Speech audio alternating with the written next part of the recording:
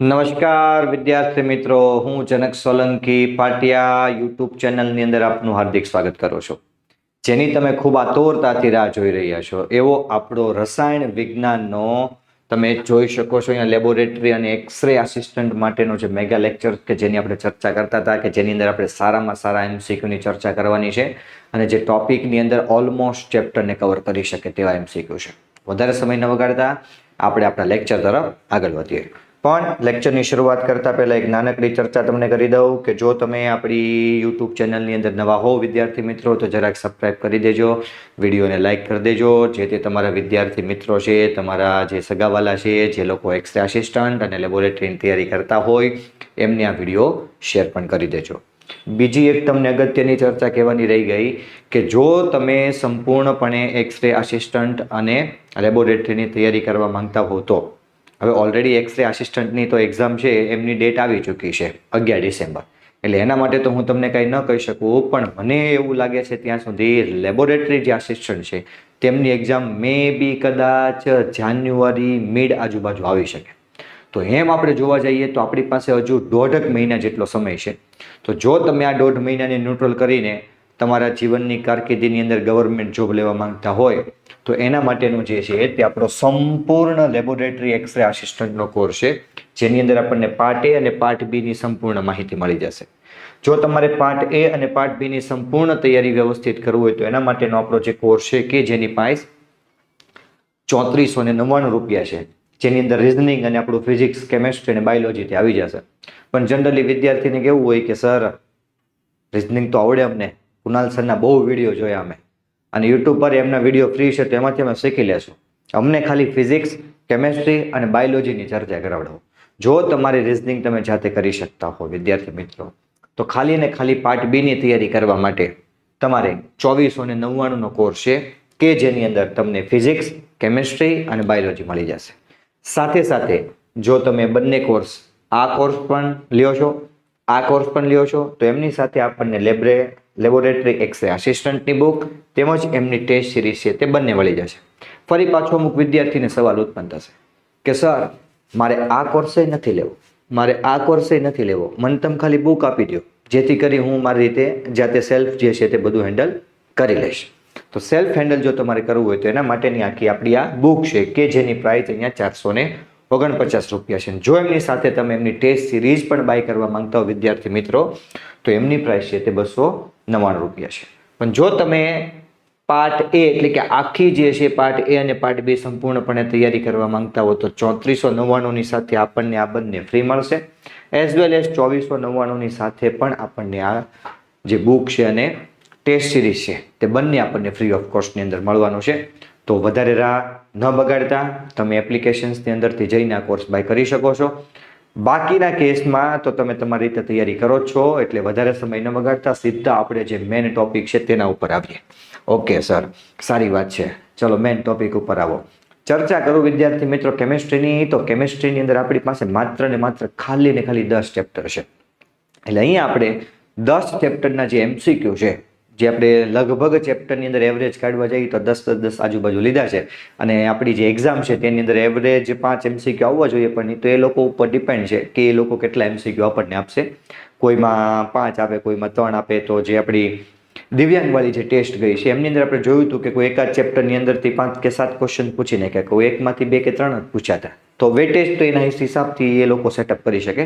પણ તમે અહીંયા સંપૂર્ણપણે ધ્યાન રાખશો, ડિટેલ સાથે એક એમસીક્યુની અહીંયા હું ચર્ચા કરવાનો છું, એટલે ખાસ ધ્યાન.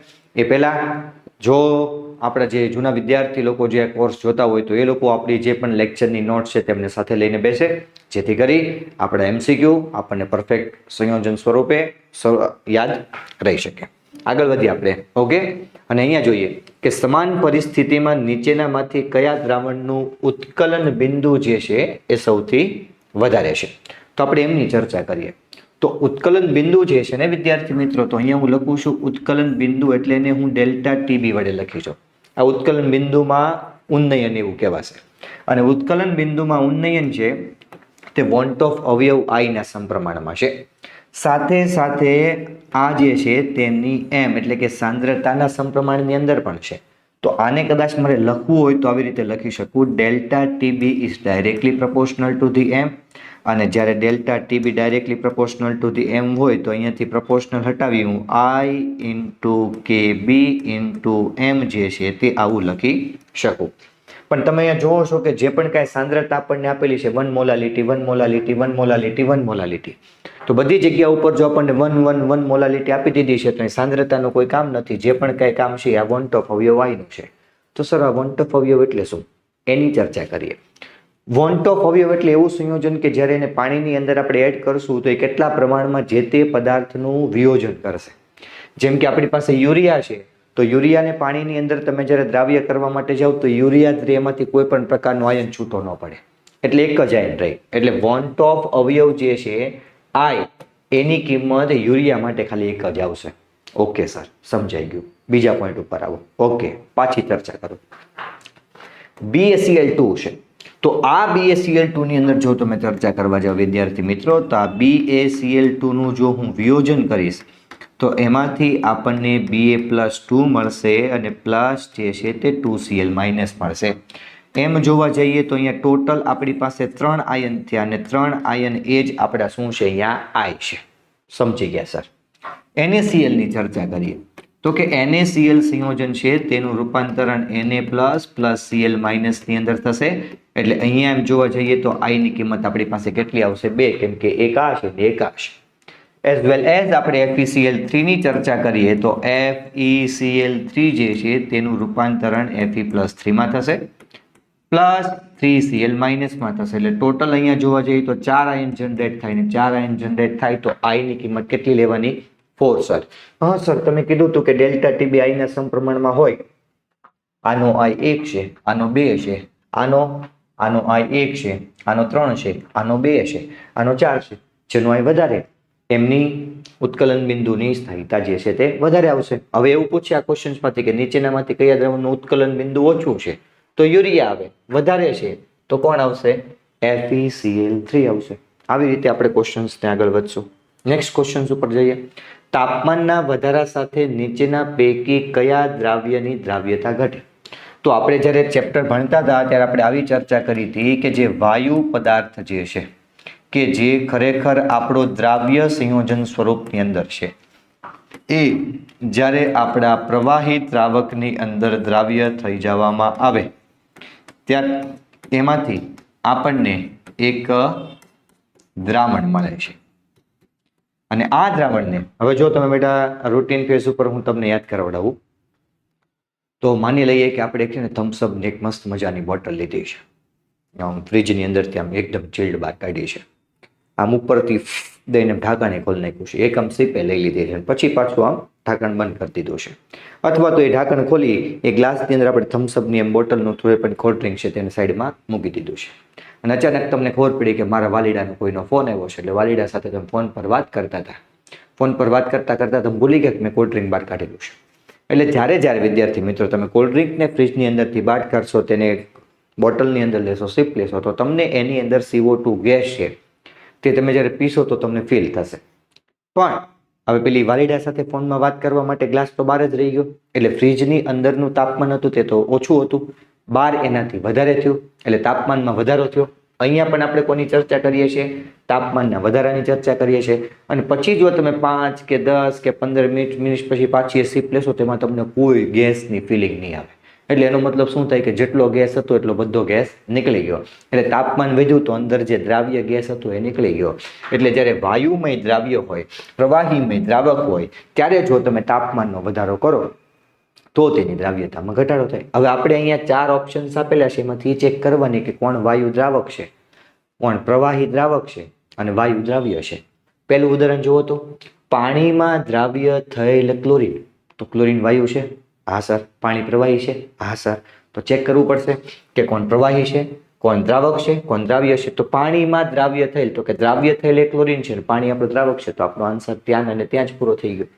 પણ જો વિદ્યાર્થી મિત્રો આપણને એવું પૂછવું હોય કે નીચેનામાંથી કોના તાપમાનના વધારા સાથે દ્રાવ્યતામાં વધારો થાય, તો એટ જ સમય ઉપર આપણે આ ટાઈમ પર એટલે અહીંયા લખી દઉં છું કે જો તાપમાન વધે તો દ્રાવ્યતા જે છે વિદ્યાર્થી મિત્રો એ ઘટી જશે. પરંતુ જ્યારે હું ઘન પદાર્થ જે છે તે આપણો દ્રાવ્ય હશે પ્લસ પ્રવાહી પદાર્થ જે છે વિદ્યાર્થી મિત્રો એ આપણો દ્રાવક હશે, એનાથી બનતું છે તે આપણું દ્રાવણ હશે. અને આ દ્રાવણ ની અંદર જો હું તાપમાન વધારું તો મને અહીંયા દ્રાવ્યતા જે છે તેની અંદર પણ વધારો થાય છે. ઉદાહરણ સ્વરૂપે પાણીનો ગ્લાસ લઈ લો, એક ચમચી ખાંડ નાખી દો, ઓગળ નાખો, ઓગળી ગઈ. નાખતા જાવ નાખતા જાવ નાખતા જાવ નાખતા જાવ, એક સમય આવશે ઓગળશે નહીં, પછી ચૂલા ઉપર મૂકીને ગરમ કરો તો બધી ઓગળી જશે. એટલે એનો મતલબ એમ થાય કે ઘન પદાર્થને પ્રવાહીની અંદર આપણે ઉમેરી દીધેલો છે. એટલે ખાસ સ્ટે ટ્યુન બન્યા રહેજો આપણી સાથે. 1 મોલર ગ્લુકોઝના જલીય દ્રાવણ માટેનો યોગ્ય વિકલ્પ પસંદ કરો. ઓકે, જલીય દ્રાવણ માટે અહીંયા બધી જગ્યા ઉપર ડેલ્ટા ટીબી આપ્યું છે. ઓકે, તો જોઈ લઈએ. તો કે સૂત્ર હતું sir delta TB is equal to I into KB into M. અને અહીંયા આપણને એવું કીધું છે કે 1 મોલલ એટલે 1 મોલાલિટી. તો એમની કિંમત તો આપણને આપી દીધી છે, આની કિંમત આપણને 1 આપી દીધી છે. કેબી આ બધી જગ્યા ઉપર છે. આઈ શું લેવાતું હશે? તો ગ્લુકોઝને તમે જ્યારે પાણીમાં નાખો તે ગ્લુકોઝ જ રહે, એમાં કોઈ પ્રકારના આયન છૂટા પડશે નહીં. જો આયન છૂટા પડતા હોય NaCl ની જેમ તો એનો આય બદલાય. યુરિયા અને ગ્લુકોઝ એ બંને એવા દ્રાવણો છે કે જેનું વિદ્યુત વિભાજન થઈ શકતું નથી, એટલે એનો હંમેશા આઈ કેટલો આવે? 1 આવે. તો આઈ 1 લઈ લઈએ તો અહીંયા delta TB is equal two આપણને શું મળશે? કેબી મળશે. શું એવો કોઈ ઓપ્શન છે? Yes sir, D is the right answer. Okay, next question ઉપર આપણે આગળ વધીએ. ઓકે, દળથી 25% દ્રાવણના 400 ગ્રામ અને 40% દ્રાવણના 600 ગ્રામને મિશ્ર કરી એક દ્રાવણ બનાવવામાં આવે તો પરિણમતા દ્રાવણની દળની ટકાવારી ગણો. ગણી નાખીએ આપણે હમણાં. તો શું કીધું છે? ટકાવારીનું સૂત્ર આપણને પહેલા ખ્યાલ હોવું જોઈએ વિદ્યાર્થી મિત્રો. તો ટકાવારીનું જે સૂત્ર છે ને એ કંઈ આવું છે કે percentage W/W is equal to દ્રાવ્યનું વજન ના છેદમાં દ્રાવણનું વજન ગુણાકારમાં 100. હવે અહીંયા સવાલમાં આપણને એવી ચોખવટ કરી છે કે 400ના 25% લેવાના અને 600ના 40% લેવાના. આ બેને ભેગું કરીને એક બીજું બનાવવાનું. એટલે એ જે હશે ને તે આપણો દ્રાવ્ય પદાર્થ હશે. એટલે દ્રાવ્ય પદાર્થ બે રીતે શોધાશે. એક તો પહેલા પદાર્થની અંદર આપણે ગણતરી કરવા જઈએ તો 400ના 25% કીધું છે, એટલે 400 ગુણ્યા 25 છેદમાં 100. 1 2 3 4 કેન્સલ થયા, એટલે 25 ચોખ્ખું 100 ગ્રામ વજન આપણું પહેલી વારમાં આવશે. બીજી વારનું જો વજન જોવા જઈએ તો આપણને 40% આપ્યું છે, સાથે સાથે 600 ગ્રામ આપી દીધું છે. તો એને ભાગ્યા 100. 1 2 3 4 6 ચોક 24 એટલે 240 ગ્રામ થશે.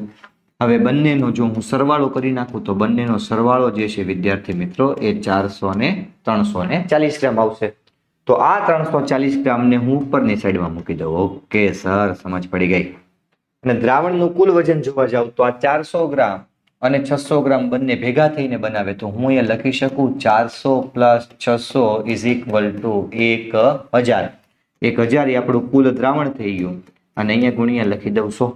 ઓકે સર, 1 2 1 2 1 2 એટલે જવાબ આપણો અહીંયા આવે છે 34%. શું કોઈ જગ્યા ઉપર છે? Yes, B is the our right answer. Okay, આવી રીતે આપણે એની કેલ્ક્યુલેશન્સ કરી શકીશું.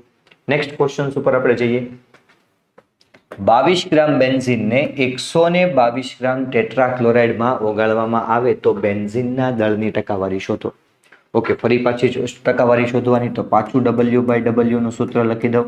હવે ટકાવારીની અંદર શું કરવાનું? તો કે શોધવાની કોની છે? તો કે બેન્ઝીનની ટકાવારી શોધવાની છે. જેની ટકાવારી શોધવી એનું ઉપર રાખવાનું, નીચે ટોટલ રાખવાનું. તો અહીંયા લખી દઉં છું વજન. ઓકે, કોનું વજન? તો કે સર બેન્ઝીનનું વજન. લખી નાખીએ બેન્ઝીનનું વજન.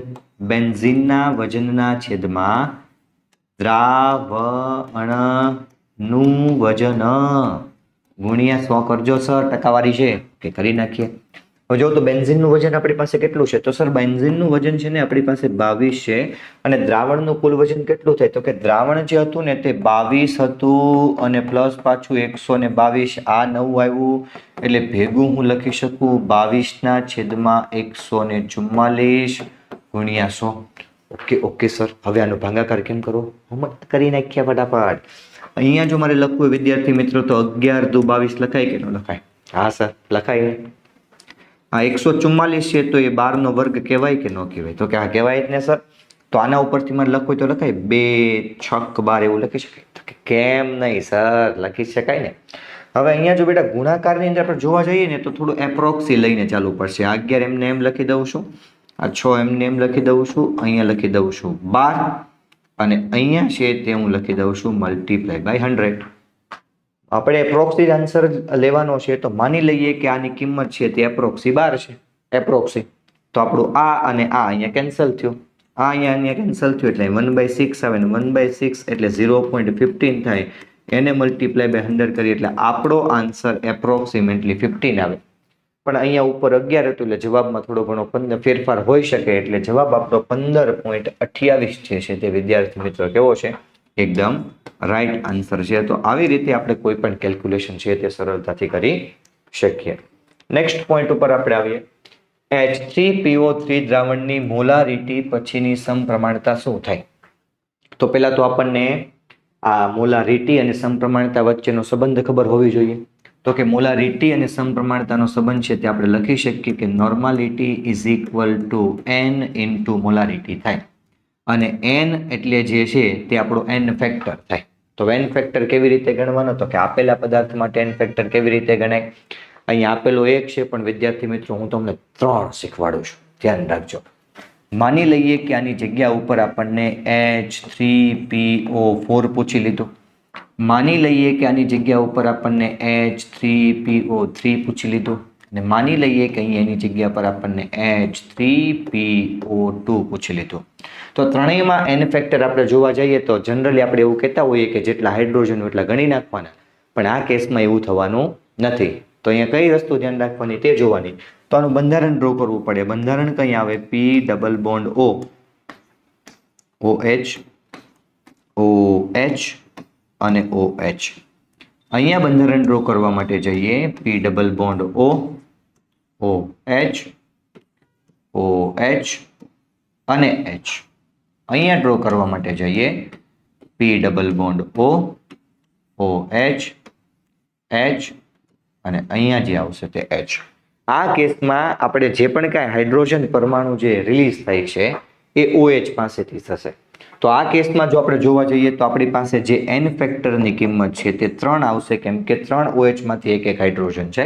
અહીંયા 2 OH માંથી 2 હાઇડ્રોજન જાય અને આમાંથી પાસે એક જ છે એટલે n ઇઝ ઇક્વલ ટુ કેટલું આવશે? 1. અહીંયા આપણને H3PO3 કીધું છે ને H3PO3 હોય તો n ફેક્ટર આપણો કેટલો થાય? તો કે 2 થાય. તો જવાબ આપણો 2m આવે છે કોઈ જગ્યા ઉપર? તો કે યસ સર, એ છે તે આપણો એકદમ રાઈટ આન્સર કહેવાશે. નેક્સ્ટ પોઈન્ટ ઉપર આપણે આવીએ. કયું મિશ્રણ રાઉલ્ટના નિયમથી ધન ઋણ વિચલન દર્શાવે છે? તો એક જ છે આપણું ફિનોલ અને એનિલિન છે તે આપણને ઋણ વિચલન દર્શાવે છે. જે NCERT બેઝ ક્વેશ્ચન છે. NCERT ની અંદર આપણને ધન વિચલન, ઋણ વિચલન અને આદર્શ દ્રાવણની ચર્ચા કરેલી છે. એમની અંદરનું આપણું આ બેઠું જ એક્ઝામ્પલ છે. પછી 0.01 મોલર યુરિયાના દ્રાવણની તુલના એ 0.001 મોલર BaCl2 ના દ્રાવણના ઉત્કલન બિંદુના ઉન્નયન કરતા ખાલી જગ્યા ગણું છે. 3 ગણું છે, સરખું છે, લગભગ બમણું છે કે લગભગ અડધું છે? આપણને એવી ચોખવટ કરી છે કે આ બંનેનું કમ્પેરિઝન કરવાનું છે. બંનેનું જો કમ્પેરિઝન કરવું હોય તો આપણી પાસે વોન્ટ ઓફ અવયવ છે. ઓકે સર, ખબર પડી ગઈ. પણ જુઓ ને આની સાંદ્રતા સેમ છે તો કે 0.01, 0.01. યસ, આ બંનેની સાંદ્રતા તો સમાન છે. તો આપણે યુરિયા માટે ચર્ચા કરીએ તો કે સર યુરિયા તો આપણે પહેલા જ ક્વેશ્ચનમાં ડિસ્કશન કર્યું હતું કે યુરિયા માટે વોન્ટ ઓફ ફેક્ટરની કિંમત 1 થાય. તો BaCl2 માટે કેટલી થાય? તો BaCl2 માટે જો ચર્ચા કરવી હોય તો અહીંયા હું લખી શકું Ba+2 પ્લસ અહીંયા લખાશે 2Cl માઇનસ. તો અહીંયા ટોટલ આયનની સંખ્યા છે તે આપણને 3 મળી, અહીંયા મળી 1. હવે તમે જ મને કયો જવાબ શું આવે? આવે ને જવાબ? અહીંયા 1 છે, અહીંયા છે 3 હોય તો 3 ગણું થાય. તો 3 ગણું એટલે જવાબ જે છે વિદ્યાર્થી મિત્રો આપણો એ આવશે. પણ જો આ કેસમાં આપણને સવાલ બદલી અને અહીંયા NaCl એવું લખી દઈએ તો NaCl માટે I ની કિંમત છે તે 2 થઈ જાય. તો યુરિયાની સાપેક્ષમાં આ બંનેની કિંમત છે તે બમણી થાય. જો આ કેસમાં વિદ્યાર્થી મિત્રો આપણને છે તે ગ્લુકોઝ એવું પૂછી લે તો ગ્લુકોઝ માટે I = 1 થાય અને 1 થાય તો યુરિયા 1 ગ્લુકોઝ એ 1, તો બંનેનું જે ગલન બિંદુ એટલે કે ઉત્કલન બિંદુનો જે ફેરફાર છે તે એકદમ કેવો કહેવાશે? સમાન કહેવાશે. એની જગ્યા ઉપર જો વિદ્યાર્થી મિત્રો આપણને FeCl3 આપી દીધું હોય તો આના માટે I જે છે તેની કિંમત આપણને 4 મળશે. તો 4 ગણું થાય. જેમ I ની સંખ્યા વધતી જાય તેમ તેમ આપણે અહીંયા ગણી શકીએ. નેક્સ્ટ પોઈન્ટ જોઈએ. 0.2 મોલરના દ્રાવણ માટે કયું દ્રાવણ છે તે સમઅભિસારી છે? સમઅભિસારી એનો મતલબ શું થાય કે જેની કોન્સન્ટ્રેશન C અને I બંનેનો ગુણાકાર સમાન થવો જોઈએ. તો પેલા આના માટે કોન્સન્ટ્રેશન C અને I નો ગુણાકાર જોઈ લઈએ. આપણને દ્રાવણમાં કીધું છે 0.2 મોલરનું વિદ્યાર્થી મિત્રો H2SO4 નું દ્રાવણ કીધું છે. આ H2SO4 ના દ્રાવણનું જો હું વિયોજન કરવા માટે જાઉં તો મને અહીંયા મળશે 2H પ્લસ સંયોજન પ્લસ અહીંયા મળશે SO4 માઇનસ 2. ટોટલ અહીંયા આપણે જોવા જઈએ તો I ની કિંમત આપણને જે મળે છે તે 3 મળે છે. એક્સેપ્ટ? Yes sir, accept. અને આની સાંદ્રતા 0.2 છે તો આના માટે લખવું હોય તો I ગુણ્યા 0.2 એટલે 3 દુ અને 6. જવાબ જે આવે છે તે 0.6 આવે છે. આપણે આ ઓપ્શન્સ ઉપરથી અહીંયા ચેક કરવાનું કે કોનો જવાબ 0.6 આવે. તો જો પહેલો પ્રશ્ન અહીંયા આપણે આ લઈ લઈએ એ ઓપ્શન્સ કરીને 0.4 HCl. HCl માં શું હોય તો કે સર H પ્લસ હોય અને Cl માઇનસ હોય તો એના માટે I ની કિંમત છે ને તે 2 થાય. અને 2 ગુણ્યા જો તમે 0.4 કરો તો જવાબ 0.8 આવે. ખબર પડી ગઈ સર. બીજો જોઈએ. અહીંયા જુઓ 0.3 છે મલ્ટીપ્લાય બાય I છે તો 0.3 HCl નું મલ્ટીપ્લાય બાય 2 થાય. જવાબ કેટલો આવે? 0.6 આવે. ત્રીજો જે આપણો ઓપ્શન છે તેને જોઈએ તો અહીંયા પણ 0.1 છે, એનો I પણ આપણને 2 મળશે તો અહીંયા આન્સર આપણો 0.2 આવશે. અને છેલ્લું જે દ્રાવણ છે તેની અંદર આપણે ચોથા ઓપ્શન્સ તરીકે જોવા જઈએ. સાંદ્રતા આપણને આપી દીધી છે 0.2, HNO3 નો I આપણને 2 મળશે એટલે જવાબ 0.4 આવે. આપેલા જવાબ પૈકી આ જે જવાબ છે તે 0.6 આમની સાથે મેચ થાય છે એટલે B છે વિદ્યાર્થી મિત્રો એ આપણો એકદમ સાચો આન્સર રહેશે. ઓકે. નીચેના પૈકી કયું દ્રાવણ છે તે બિન આદર્શનું દ્રાવણ છે? તો કે બે પ્રકાર પડે છે. એક આદર્શ દ્રાવણ પડે છે અને બીજું જે વિદ્યાર્થી મિત્રો પડે છે તે પડે છે બિન આદર્શ દ્રાવણ. તો બિન આદર્શ દ્રાવણમાં ધન વિચલન અને ઋણ વિચલન આવે. તો હમણાં જ આપણે MCQ ની અંદર જોયું હતું કે ઋણ વિચલનનું જે એક્ઝામ્પલ છે તે ફિનોન અને એનિલિન છે. તો એ બંને આપણા બિન આદર્શના ઉદાહરણ કહી શકાય. આ 1, આ 2 અને આ 3 એ 3 આપણા આદર્શ દ્રાવણના ઉદાહરણ છે. સવાલ બદલીને એવું પૂછે નીચેનામાંથી કયું ઉદાહરણ એ આદર્શનું છે? તો એનહેક્સેન, એનહેપ્ટેન, બેન્ઝીન, ટોલ્યુઇન, બ્રોમોઇથેન, ક્લોરોઇથેન એમના આન્સર આપણે વ્યવસ્થિત રીતે આપી દેવાના. ઓકે. નેક્સ્ટ ક્વેશ્ચન ઉપર આપણે નેક્સ્ટ જે આપણું ચેપ્ટર છે કે જેનું નામ છે વિદ્યુત રસાયણ એના ઉપર આપણે પાછા ટ્રેક ઉપર આવીએ. ઓકે. ઘણા વિદ્યાર્થીઓએ આગળ અમને જ્યારે કોમેન્ટ કરીને એવું કીધું હતું અને મેસેજ પણ આવતા હતા કે સર આ પેટર્નના ક્વેશ્ચન છે ને એ તમે થોડા વધારે લેજો, કેમ કે અમે જ્યારે મોડ્યુલની અંદરથી સોલ્વ કરીએ છીએ ને તો અમને થોડી તકલીફ પડે છે. કાંઈ વાંધો નહીં, હમણાં લઈ લઈએ આપણે. શું કીધું છે કે પીગાળેલા Al2O3 માંથી 2.7 ગ્રામ એલ્યુમિનિયમ ઉત્પન્ન કરવા માટે ફેરાડેના પર્યાપ્તમાં કેટલા વિદ્યુતની જરૂર પડશે? ઓકે, હમણાં જોઈ લઈએ. પહેલા તો રિએક્શન લખવી પડે.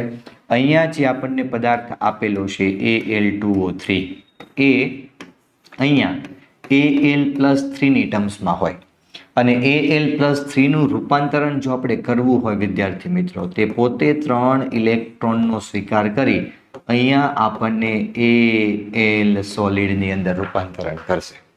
હવે તમે જોવા જાવ તો એલ્યુમિનિયમ 3 ઇલેક્ટ્રોનનો સ્વીકાર કરે છે પણ એ તો 1 મોલ હોય ને તો આપણી પાસે કેટલા મોલ છે આપણે પહેલા ચેક કરવું પડે. તો મોલ માટેનું જે સૂત્ર છે તે અહીંયા હું લખી શકું વજનના છેદમાં અણુભાર. વજનના છેદમાં અણુભાર. એલ્યુમિનિયમનું જે વજન આપણને આપેલું છે તે 2.7 આપેલું છે. એલ્યુમિનિયમનું આણ્વીય દળ આપણને 27 આપી દીધું છે એટલે જવાબ વિદ્યાર્થી મિત્રો આપણો 0.1 મોલ આવશે. અને 1 મોલ માટે 0.3 હોય તો 0.1 મોલ માટે કેટલું થાય? તો કે સર એમાં 0.3 જ આવે ને, તો એવો ઓપ્શન પછી આપણો એ જ આવે ને. ખબર પડી ને તમને હું આવે એમ. ઓકે, આગળ વધીએ આપણે બીજા ક્વેશ્ચન ઉપર. ઇલેક્ટ્રોનીય વાહકતા કોના ઉપર આધાર રાખશે નહીં? ઓકે, ઇલેક્ટ્રોનીય વાહકતા બે પ્રકારની વાહકતા આવશે વિદ્યાર્થી મિત્રો. એક ધાત્વીય વાહકતા આવશે, એક ઇલેક્ટ્રોનીય વાહકતા આવશે. એટલે ધાત્વીય વાહકતા છે અને ઇલેક્ટ્રોનીય વાહકતા એ બંને આમ તો તમે જોવા જાવ તો સમાન જ કહેવાય. બીજી જે આવે તે આવે આયનીય વાહકતા. હવે આયનીય વાહકતા કોને કહેવાય? તો કે હું તમને અહીંયા ચર્ચા કરવા જાઉં તો ઇલેક્ટ્રોનીય વાહકતા છે કોના ઉપર આધાર રાખશે? તો આપણે આયનીય વાહકતા અને ઇલેક્ટ્રોનીય વાહકતાની ચર્ચા કરીએ તો આયનીય વાહકતા કોને કહેવાય? તો કે એક દ્રાવણ લીધું, એમાં થોડા ઘણા પદાર્થ નાખી દીધા, પદાર્થ નાખી ઓગાળી નાખ્યું, એને કેટલા આયન ઉત્પન્ન કર્યા તો તેમની આપણે ચર્ચા કરવાની કે 5 આયન ઉત્પન્ન કરે છે કે 10 આયન ઉત્પન્ન કરે છે. ઇલેક્ટ્રોનીય વાહકતા જે છે તે ધાત્વીય વાહકતા કહેવાય. અને ધાતુ કોના ઉપર આધાર રાખે? તો કે ધાતુના બંધારણ ઉપર, તાપમાન ઉપર, દબાણ ઉપર. તો અહીંયા પહેલો જે પ્રશ્ન આપણને કીધો છે ધાતુના સ્વભાવના બંધારણ ઉપર, તો કે હા. તો તમે જોવા જાવ તો આપણી પાસે સિલ્વર છે, ગોલ્ડ છે, કોપર છે, એલ્યુમિનિયમ છે. તો આ બધી ધાતુ જે છે તે બધાની જે વાહકતા હોય અલગ અલગ હોય. તો એના સ્વભાવ ઉપર આધાર રાખે. સંયોજકતાના ઇલેક્ટ્રોનની સંખ્યા ઉપર આધાર રાખે. તો સંયોજકતા ઇલેક્ટ્રોનની સંખ્યા ઉપર કેમ યાદ રાખે? તો કે જેટલા ઇલેક્ટ્રોન વધારે હશે એટલી એમની દ્રાવ્યતા વધારે થતી જશે.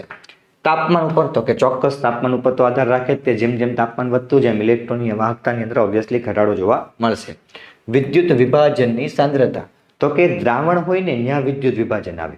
આ તો ઇલેક્ટ્રોનીય વાહકતા છે એટલે ત્યાં આપણને આ પોર્શન્સ આવે નહીં. એટલા માટે આપણો જે પણ કે આન્સર છે તે શું આવે છે? ડી આવે છે. અહીંયા એ, સી કે બી આવશે નહીં. ધાતુના સ્વભાવ ઉપર તે આધાર રાખે, સંયોજકતામાં ઇલેક્ટ્રોન ઉપર આધાર રાખે, ધાતુના બંધારણ ઉપર આધાર રાખે અને તાપમાન ઉપર આધાર રાખે. અને દ્રાવણની વિદ્યુત વિભાજનની સાંદ્રતા ઉપર આધાર રાખે. અને કેમ કે ત્યાં સાંદ્રતા આવે નહીં. નેક્સ્ટ ક્વેશ્ચન ઉપર આપણે જોઈએ.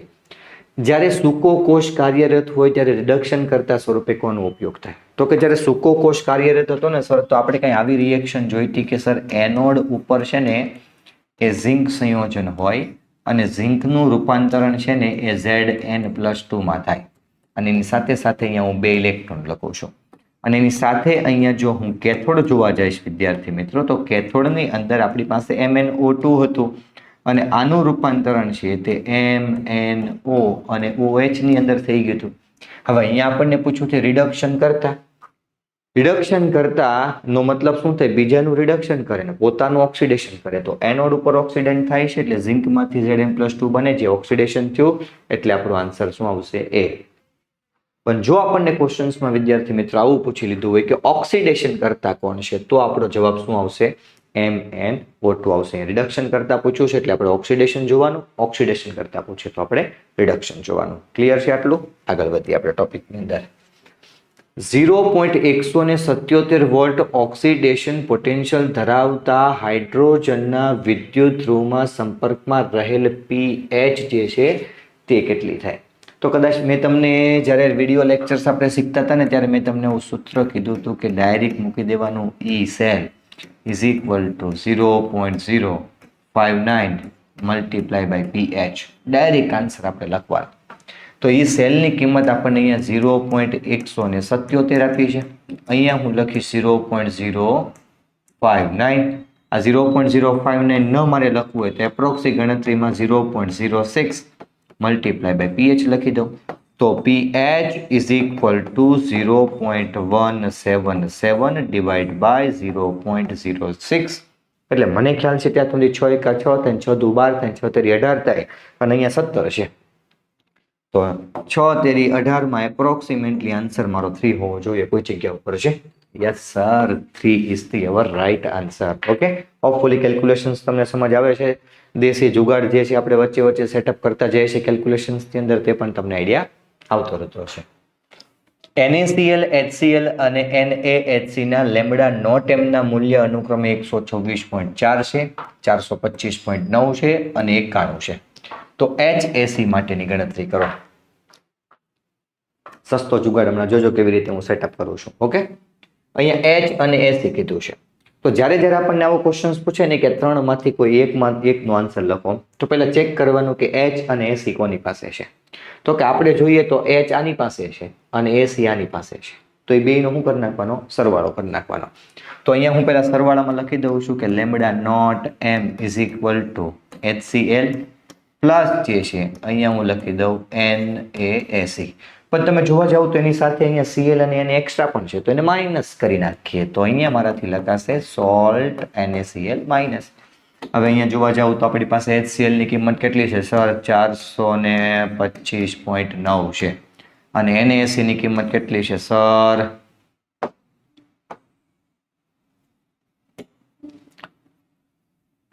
425.9 છે. અને NaC ની તો કે સર 91 છે. અને માઇનસ કેટલા લખશું? 126.4. આટલું આપણે કરશું એટલે આપણો બેઠો આન્સર છે તે 390.5 જે છે તે આપણને મળી જશે. એટલે ખાસ અને ખાસ વિદ્યાર્થી મિત્રો યાદ રાખવું આપણે આવા ક્વેશ્ચન્સ કેવી રીતે સોલ્વ કરવા. એલ્યુમિનિયમમાંથી 2 મોલ એલ્યુમિનિયમ પ્રાપ્ત કરવા માટે કેટલા જથ્થાની જરૂર પડે? હમણાં આપણે જોયું હતું કે એલ્યુમિનિયમ જે છે એ Al+3 નું રૂપાંતરણ છે તે Al થાય છે. એટલે 1 મોલ માટે આપણે 3 ઇલેક્ટ્રોનનો ઉપયોગ કરવો પડે. અહીંયા મને 2 મોલ આપી દીધું છે તો મારે 2 ગુણ્યા 3 એટલે કે 6 મોલ્સ ઓફ ફેરાડે જે છે તેની રિક્વાયરમેન્ટ આવશે. એટલે આન્સર આપણો આવશે 6 ફેરાડે.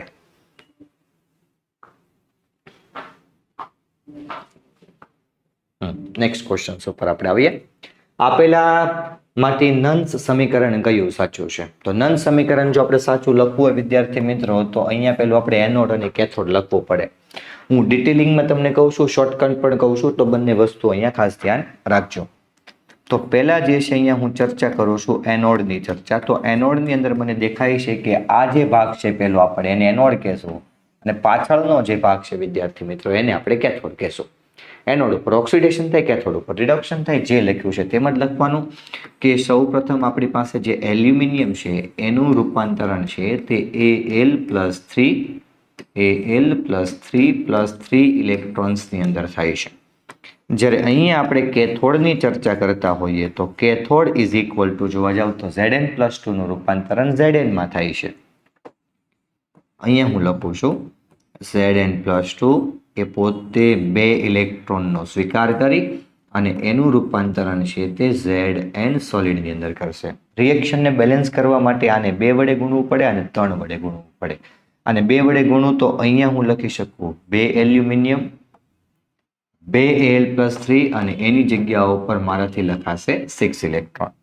અને 3 વડે મલ્ટીપ્લાય કરવું પડે તો અહીંયા હું લખી દઈશ 3, અહીંયા લખી દઈશ હું 6 ઇલેક્ટ્રોન અને અહીંયા હું લખી દઈશ 3.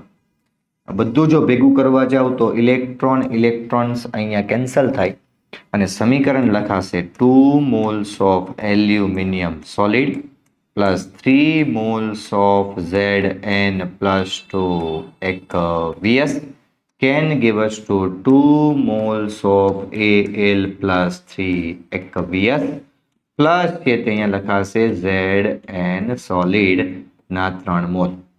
તો આના ઉપરથી જો વિદ્યાર્થી મિત્રો આપણે QC લખવો હોય તો નિપજના છેદમાં પ્રક્રિયક લખાય. આ સોલિડ છે એટલે એને આપણે ગણવાનું ન હોય, ખાલી આયન્સને જ ગણવાના હોય. તો અહીંયા લખાશે Al+3 જે છે એમનો વર્ગ લખાશે અને છેદમાં લખાશે Zn+2 ની 3 ઘાત. તો પહેલા તો આ ચેક કરો ક્યાં છે. એલ્યુમિનિયમની 3 ઘાત નો આવે, એલ્યુમિનિયમની 2 ઘાત આવે, ઝિંકની 3 ઘાત આવે. અહીંયા જોવા જાવ તો ઉપર ઝિંક આવે નો આવે, એલ્યુમિનિયમ 2 ઘાત નીચે 3 ઘાત. તો કે આ બે સમીકરણમાં સેમ છે. એન ફેક્ટર જે છે અહીંયા આપણે જે લખીએ છીએ એક બાજુ 6 આપ્યો છે એક બાજુ 2 આપ્યો છે. તમે જ કોમેન્ટ કરીને કહો શું હોવું જોઈએ, 2 હોવું જોઈએ 6 હોવું જોઈએ? તો કે સર 6 જ હોય ને, કેમ કે અહીંયા 6 છે અહીંયા 6 છે, તો આપણો આન્સર અહીંયા શું સી જે છે તે આપણો રાઈટ આન્સર છે.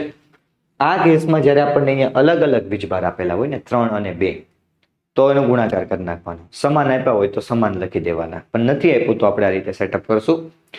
આ એનોડને ઉપર લખવાનો, કેથોડને નીચે લખવાનો. એનોડની 3 ઘાત છે, અહીંયા 2 ઘાત છે, તો આની 2 ઘાત કરી નાખવાની, આની 3 ઘાત કરી નાખવાની. એ ઉલટું પુલટું આપણે સેટિંગ કરી શકીએ, પણ બધા માટે આ લાગુ પડતું નથી.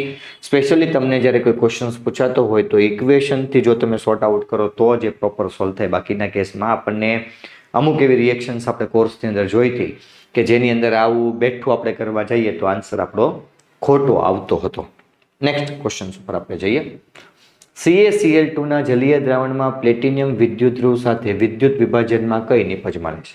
ફટાફટ કરી નાખીએ આપણે. શું કરીએ ફટાફટમાં? તો કે એક સરસ મજાનું પાત્ર લઈ લઈએ. આ પાત્રની અંદર આપણે CuCl2 નું દ્રાવણ લઈ લઈએ. અંદર આપણે છે તે વિદ્યાર્થી મિત્રો પ્લેટિનિયમ વાયર પણ મૂકી દઈએ. હવે પ્લેટિનિયમ વાયર જેની અંદર હું મૂકું છું તો અહીંયા જો તમે ચેક કરવા માટે જાઓ તો આપણી પાસે Cu+2 હોઈ શકે, Cl- હોઈ શકે, પાણીની અંદર એડ કર્યું છે તો H+ હોઈ શકે અને OH- હોઈ શકે. જેની અંદરથી આપણો Cu+2 અને H+ એ બંને આપણા પોઝિટિવ છે એટલે એમનું રિડક્શન થાય અને Cl- અને OH- બંને આપણા નેગેટિવ છે એટલે એમનું ઓક્સિડેશન થાય. ઓક્સિડેશન મેજોરિટી કેસમાં મેજોરિટી શું દરેક વખતે એનોડ ઉપર જ થાય અને અહીંયા છે તે કેથોડ ઉપર થશે. તો એક આપણું આવી ગયું એનોડ, એક આપણું આવી ગયું કેથોડ. તો હવે એનોડની આપણે ચર્ચા કરીએ તો એનોડમાં ઓક્સિડેશન થાય તો Cl- અને OH- બંનેનું ઓક્સિડેશન થાય. જે E0 પોટેન્શિયલની કિંમત છે તે Cl-ની વધારે છે, OH-ની ઓછી છે. એવું NCERT-ની અંદર લખેલું છે પણ એવું આપણે કંઈ યાદ રાખવાનું નથી. તમને સિમ્પલ ભાષામાં કહું છું કે Cl અને OH આવે તો એમાંથી Cl નું સિલેક્શન કરી લેવાનું. તો Cl નું સિલેક્શન કરું તો એની રિએક્શન શું બનશે તો કે 2Cl- નું રૂપાંતરણ છે તે Cl2 ગેસમાં થશે, સાથે સાથે અહીંયા 2 ઇલેક્ટ્રોન છૂટા પડશે. માની લીધું સર. અને Cu+2 અને H+ ની વાત કરીએ તો Cu+2 ની કિંમત છે વિદ્યાર્થી મિત્રો એ 0.34 વોલ્ટ થાય અને હાઇડ્રોજનની કિંમત 0.0 છે. જેની કિંમત વધારે હોય એને લેવાની, આની કિંમત વધારે છે એટલે અહીંયા હું લખી શકું Cu+2 plus 2 electrons can give us to Cu solid. Okay, હવે આમાં કઈ સરવાળો કરવાનો આવે નહીં. એનોડ ઉપર આપણને Cl2 મળે, કેથોડ ઉપર આપણને Cu મળે. એનોડ ઉપર Cl2, કેથોડ ઉપર Cu સોલિડ. ઓકે, એનોડ ઉપર O2 ન મળે, કેથોડ ઉપર Cu મળે, એનોડ ઉપર Cu ન મળે, એનોડ ઉપર O2 Cl2 ન મળે એટલે આપણો અહીંયા આન્સર છે તે આ રીતે મળી શકે. ખાસ અને ખાસ ધ્યાન વિદ્યાર્થી મિત્રો રાખવી. Al2O3 માંથી 40 ગ્રામ એલ્યુમિનિયમ મેળવવા માટે કેટલા ફેરેડની જરૂર પડે? ઓકે, ગ્રામ આપ્યું છે તો ઓબ્વિયસલી આપણે વજન મોલ શોધવા પડશે. તો હવે હું કઈ વધારે ડિટેલિંગ નથી કરતો, સીધું સૂત્ર મૂકું છું. મોલ બરાબર 40/છેદમાં આવશે 27. આ મોલ મળશે અને આપણને ખ્યાલ છે ત્યાં સુધી અહીંયા આપણને 3 ઇલેક્ટ્રોન છે તે પ્રોવાઈડ કરતું હતું એલ્યુમિનિયમ. તો ફરી પાછું એકવાર મેન્શન કરી દઉં કે Al+3 છે તેનું રૂપાંતરણ આપણે Al સોલિડની અંદર કરીએ છીએ એટલે 3 ઇલેક્ટ્રોનનો તફાવત જોવા મળે. અહીંયા હું લખી દઈશ 9 તેરી 27 અને અહીંયા હું જો છેદ ઉડાડવા જાઉં તો 9 એકા 9 થાય, 9 દુ 18 થાય, 9 તેરી 36 થાય, 9 એકા 9 થાય, 9 દુ 18 થાય, 9 તેરી 27 થાય, 9 ચોક 34 થાય. તો 34 એટલે કે 4 પોઈન્ટ સમથિંગ કે આપણો આન્સર હોવો જોઈએ અને એ આપણો આન્સર છે 4.44 ફેરાડે. MnO4 નું Mn+2 માં રિડક્શન કરવા માટે કેટલા ફેરેડેની જરૂર પડે? આપણને અહીંયા જે આપી દીધા છે તે 2 મોલ આપી દીધા છે. તો પહેલા આપણને રિએક્શન્સ ખ્યાલ હોવી જોઈએ. રિએક્શન્સ ખ્યાલ ન હોય તો કઈ ભાન, કોઈ ટેન્શન નથી લેવાનું વિદ્યાર્થી મિત્રો. અહીંયા હું લખી દઉં છું MnO4- અને MnO4- નું રૂપાંતરણ છે ને તે Mn+2 માં થાય છે. તો પહેલા આપણે આનો ઓક્સિડેશન નંબર શોધવો પડે. તો MnO4 નો ઓક્સિડેશન નંબર કેવી રીતે શોધાય? તો કે MnO4- જેનો શોધવાનો છે તે નેક્સ્ટ કહી દેવાનું. કહી દીધું સર. ઓક્સિજન 2 ઇલેક્ટ્રોન એક્સેપ્ટ કરે એટલે એના ઉપર -2 વીજભાર હોય. એવા 4 ઓક્સિજન છે એટલે 4 ગુણાકારમાં -2 ઇઝ ઇક્વલ ટુ -1 જે ઉપર વીજભાર છે તે. માટે x ઇઝ ઇક્વલ ટુ આપણો જે ઓક્સિડેશન નંબર આવે છે તે +7 આવે. અહીંયા મેંગેનીઝનો ઓક્સિડેશન નંબર +7 છે. અહીંયા મેંગેનીઝનો ઓક્સિડેશન નંબર +2 છે. બંને વચ્ચેનો જો હું તફાવત જોવા માટે જાઉં તો એ તફાવત મને કેટલો મળે છે? 5. આ 5 ક્યારે મળે? જ્યારે 1 મોલ MnO4 હોય ત્યારે. સવાલમાં મને શું કીધું છે તો કે 2 મોલ MnO4 કીધું છે. તો 1 હોય તો 5 હોય, તો 2 હોય તો કેટલા હોય? 10, 10, 10 હોય. તો આપણો જવાબ એ શું આવશે વિદ્યાર્થી મિત્રો? બી છે તે એકદમ આપણો સાચો આન્સર આવશે. Next move to the chemical kinetics.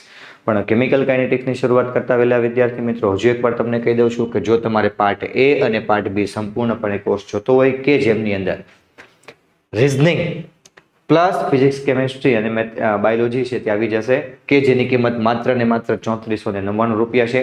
પણ જો કોઈ વિદ્યાર્થી એમ કહેતો હોય કે મારે સર રિઝનિંગ એવું કાંઈ નહીં, મને ખાલી કેમેસ્ટ્રી, ફિઝિક્સ અને મેથ્સ આપી દો, બાકી હું બધું મારી રીતે ફોડ લઈશ, તો એનો કોર્સ માત્ર ને માત્ર 2499 એકદમ જે છે તે માઇનર પ્રાઇસ. એમ એવું સમજીને ચાલો ને કે બેટા આ તો 1 વર્ષના જીઓના પ્રાઇસ કરતાં ઓછી પ્રાઇસ છે અને 1 વર્ષની જીઓની પ્રાઇસ કરતાં એન્યુઅલ સબસ્ક્રિપ્શન કરતાં જો આપણને ઓછી પ્રાઇસમાં સરકારી નોકરી કરવા માટેની તૈયારી મળતી હોય તો કદાચ આપણે આ ચાન્સ મૂકવો જોઈએ નહીં. આ બંને કોર્સની સાથે સાથે તમને બુક તેમજ ટેસ્ટ સિરીઝ બંને આપણને ફ્રી ઓફ કોસ્ટની અંદર મળી રહેવાની છે. પણ જો તમારે માત્ર ને માત્ર ખાલી બુક જોતી હોય તો 649 રૂપિયામાં, અને ટેસ્ટ સિરીઝ જો બાય કરવી હોય તો 299 રૂપિયાની અંદર આપણને મળી રહેશે. નેક્સ્ટ પોઈન્ટ ઉપર આપણે આગળ વધીએ, અને અહીંયા આપણને કીધું છે કે એ જે છે તેની કિંમત 33.256 જૂલ છે. તેમની સાથે સાથે અહીંયા આપણને એલ, એન, કે અને 1/t ના આલેખના ઢાળનો શું થાય, તો ગ્રાફ પહેલા જોઈએ આપણને. તો ગ્રાફની જે કિંમત છે વિદ્યાર્થી મિત્રો, એ આપણે જો અહીંયા ચર્ચા કરીએ ને, તો અહીંયા હું લખી દઉં કે એલ, એન, કે વર્સિસ 1/t નો જે ગ્રાફ છે તે આપણને કંઈ આ રીતે મળે. અને આ જે પ્રક્રિયા દરમિયાન જે ઢાળની કિંમત છે તે આપણે લખી શકીએ -EA/R. હવે પ્રક્રિયા દરમિયાન મને ઢાળનું મૂલ્ય પૂછ્યું છે, તો હું ઢાળ માટે લખી શકું ઢાળ EA ની કિંમત છે તે અહીં આપી દીધી છે -33.256, અને R ની કિંમત છે તે આપણને ખ્યાલ હોવી જોઈએ કે 8.314 જે છે તે આવી શકે. પણ એક જ મિનિટ વિદ્યાર્થી મિત્રો, ખરી બરાબર છે.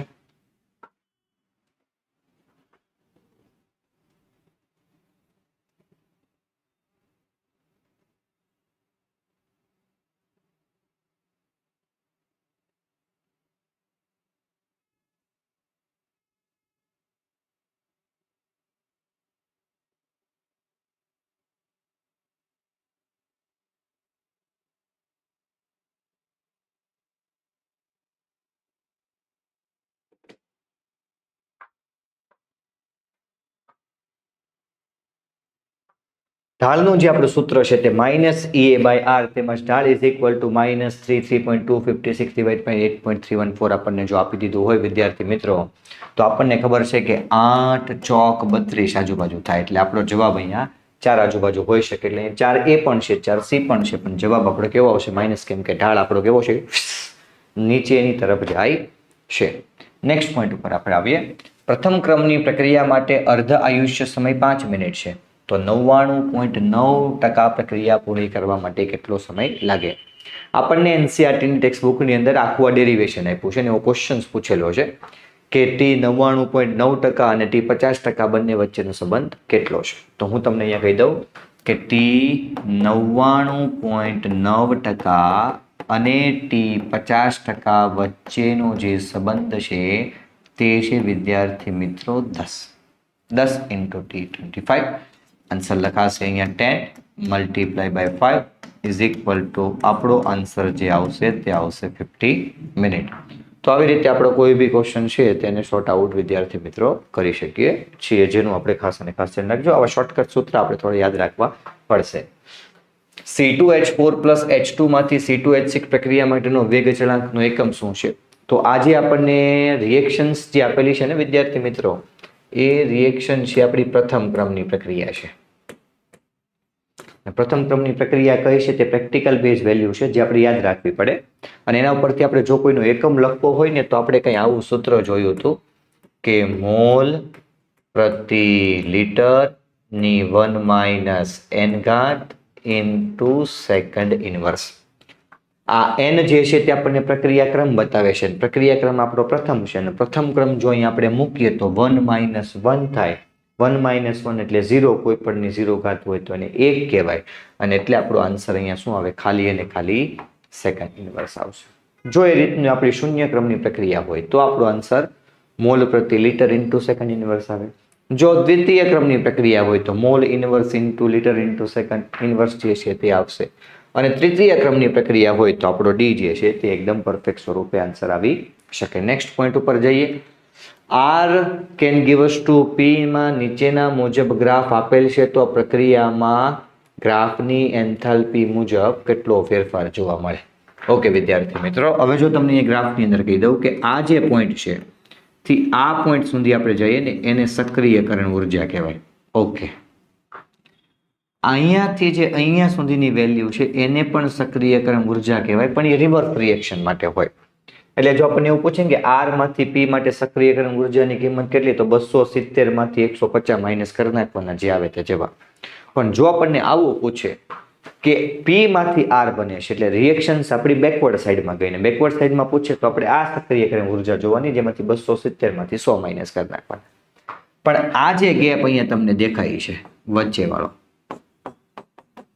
આ ગેપને છે તે આપણે એન્થાલ્પી એટલે કે ડેલ્ટા એચ સંયોજન સ્વરૂપે ઓળખી શકીએ છીએ. અને એનો ગેપ આપણને કેટલો દેખાય છે? તો કે આનો ગેપ તો સર આપણને 50 દેખાય છે. અને અહીંયા કઈ વેલ્યુ છે 50? તો કે હા સર, -50 પણ છે અને +50 પણ છે. તો હું તમારી જાણ ખાતર કહી દઉં વિદ્યાર્થી મિત્રો કે આ જે આપણો ગ્રાફ છે એ ગ્રાફ આપણો ઉષ્માક્ષેપક માટેનો ગ્રાફ છે. અને ઉષ્માક્ષેપક જો આપણી પાસે હોય તો વેલ્યુ માઇનસ જ હોય, એટલે આપણો આન્સર અહીંયા શું આવશે? એ આવશે. પણ જો આ પેટર્નમાં આ ક્વેશ્ચન્સ કઈ આપણને આવી રીતે અને ગ્રાફ કઈ આપણને આવી રીતે પૂછેલો છે, ઓ દેખો દેખો ये क्या हो गया है, આવી રીતે પૂછ્યો છે, તો અહીંયાથી આ જે છે તે આપણી સક્રિયકરણ ઉર્જા છે, અહીંયાથી આ છે તે આપણી સક્રિયકરણ ઉર્જા છે, પણ પ્રક્રિયકથી નિપજ તરફ, નિપજથી પ્રક્રિયક તરફ છે. આ જે ગેપ આપણને અહીંયા દેખાય છે, આ ગેપ આપણો ડેલ્ટા એચ છે અને આ ડેલ્ટા એચ ની કિંમત અહીંયા કેવી હશે? પોઝિટિવ, કેમ કે આપેલી પ્રક્રિયા એ આપણી ઉષ્મા શોષક પ્રક્રિયા માટેનો ગ્રાફ છે એટલે પ્લસ છે. આ જે ગ્રાફ છે તે આપણો ઉષ્માક્ષેપક માટેનો ગ્રાફ છે એટલે એ ખાસ ધ્યાન રાખવું. ક્ષેપક હોય ને ડેલ્ટા એચ માઇનસ હોય, શોષક હોય ને ડેલ્ટા એચ પ્લસ હોય, એટલે આપણો આન્સર છે તે અહીંયા -50 આપણને મળે છે. નિશાની મૂકવામાં ધ્યાન કરવી નહીં. એકવાર કેવું હોય વિદ્યાર્થી મિત્રો કે બધા MCQ તમે એકવાર આમ જોવો છો તો કદાચ ન આવડતા હોય, ન વાંચેલો હોય ને તમે કદાચ ખોટો ટીક કરો, વિચ ઇઝ વેલિડ. પણ આ તો આવડતું હોય ને આપણે ભૂલ કરીએ તો એ તો આપણી મૂર્ખામી કહેવાય. એટલે આવડતું હોય તો આપણે ભૂલ પડવી જ ન જોઈએ.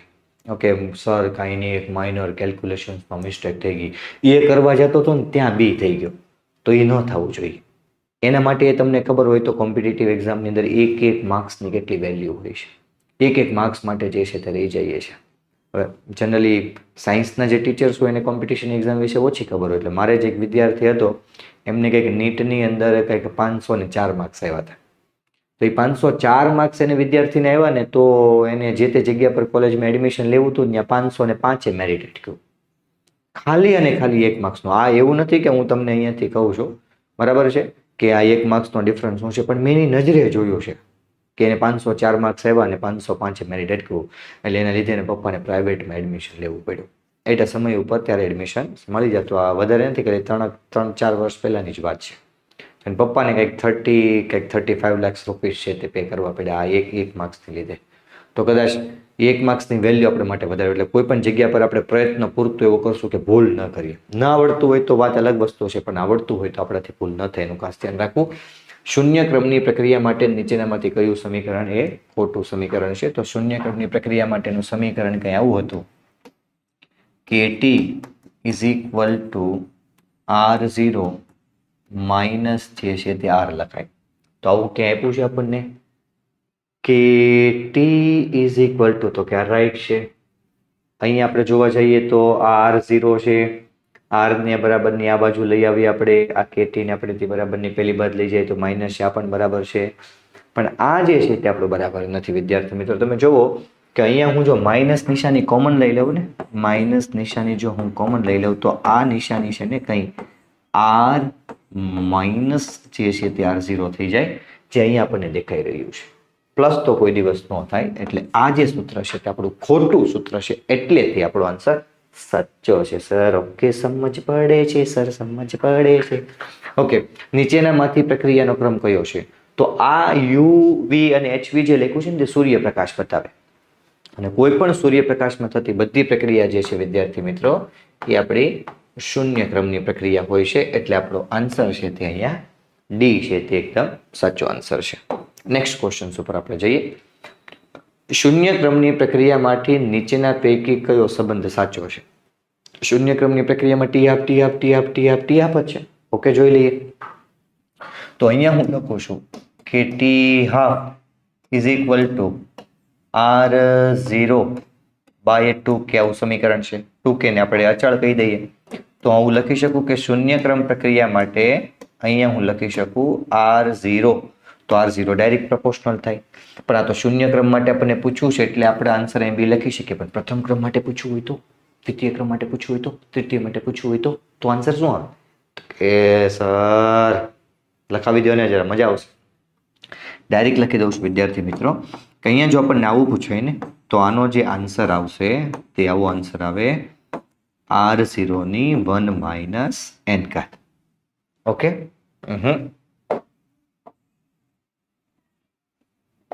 R0 ની n માઇનસ 1 ઘાત. શૂન્ય ક્રમ માટેની પ્રક્રિયા કીધી છે તો n બરાબર જો આપણે શૂન્ય મૂકીશું તો t half is directly proportional to the r raised to minus 1. Therefore, t half is directly proportional to the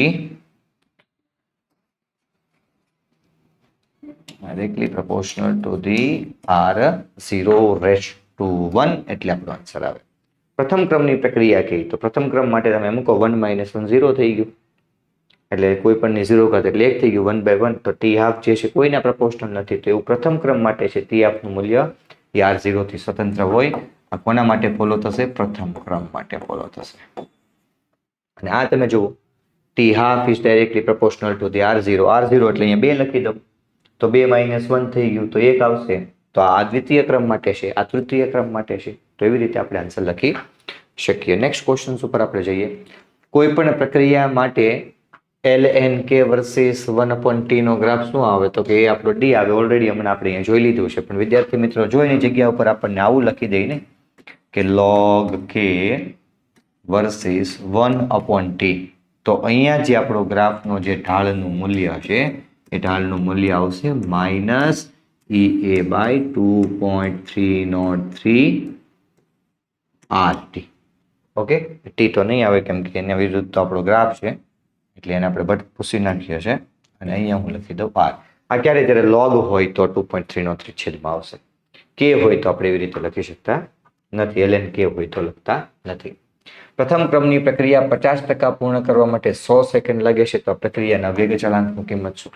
તો પ્રથમ ક્રમની પ્રક્રિયા માટે વેગ અચળાંકનું જે સૂત્ર છે તે k છે. k is equal to 0.693 by t half. t half એટલે 50% પ્રક્રિયા પૂરી થવા માટે લાગતો સમય એ 100 સેકન્ડ છે તો અહીંયા લખાશે 0.693 divided by 100 એટલે આપણો આન્સર આવશે 6.93 into 10 to the power minus 3 second.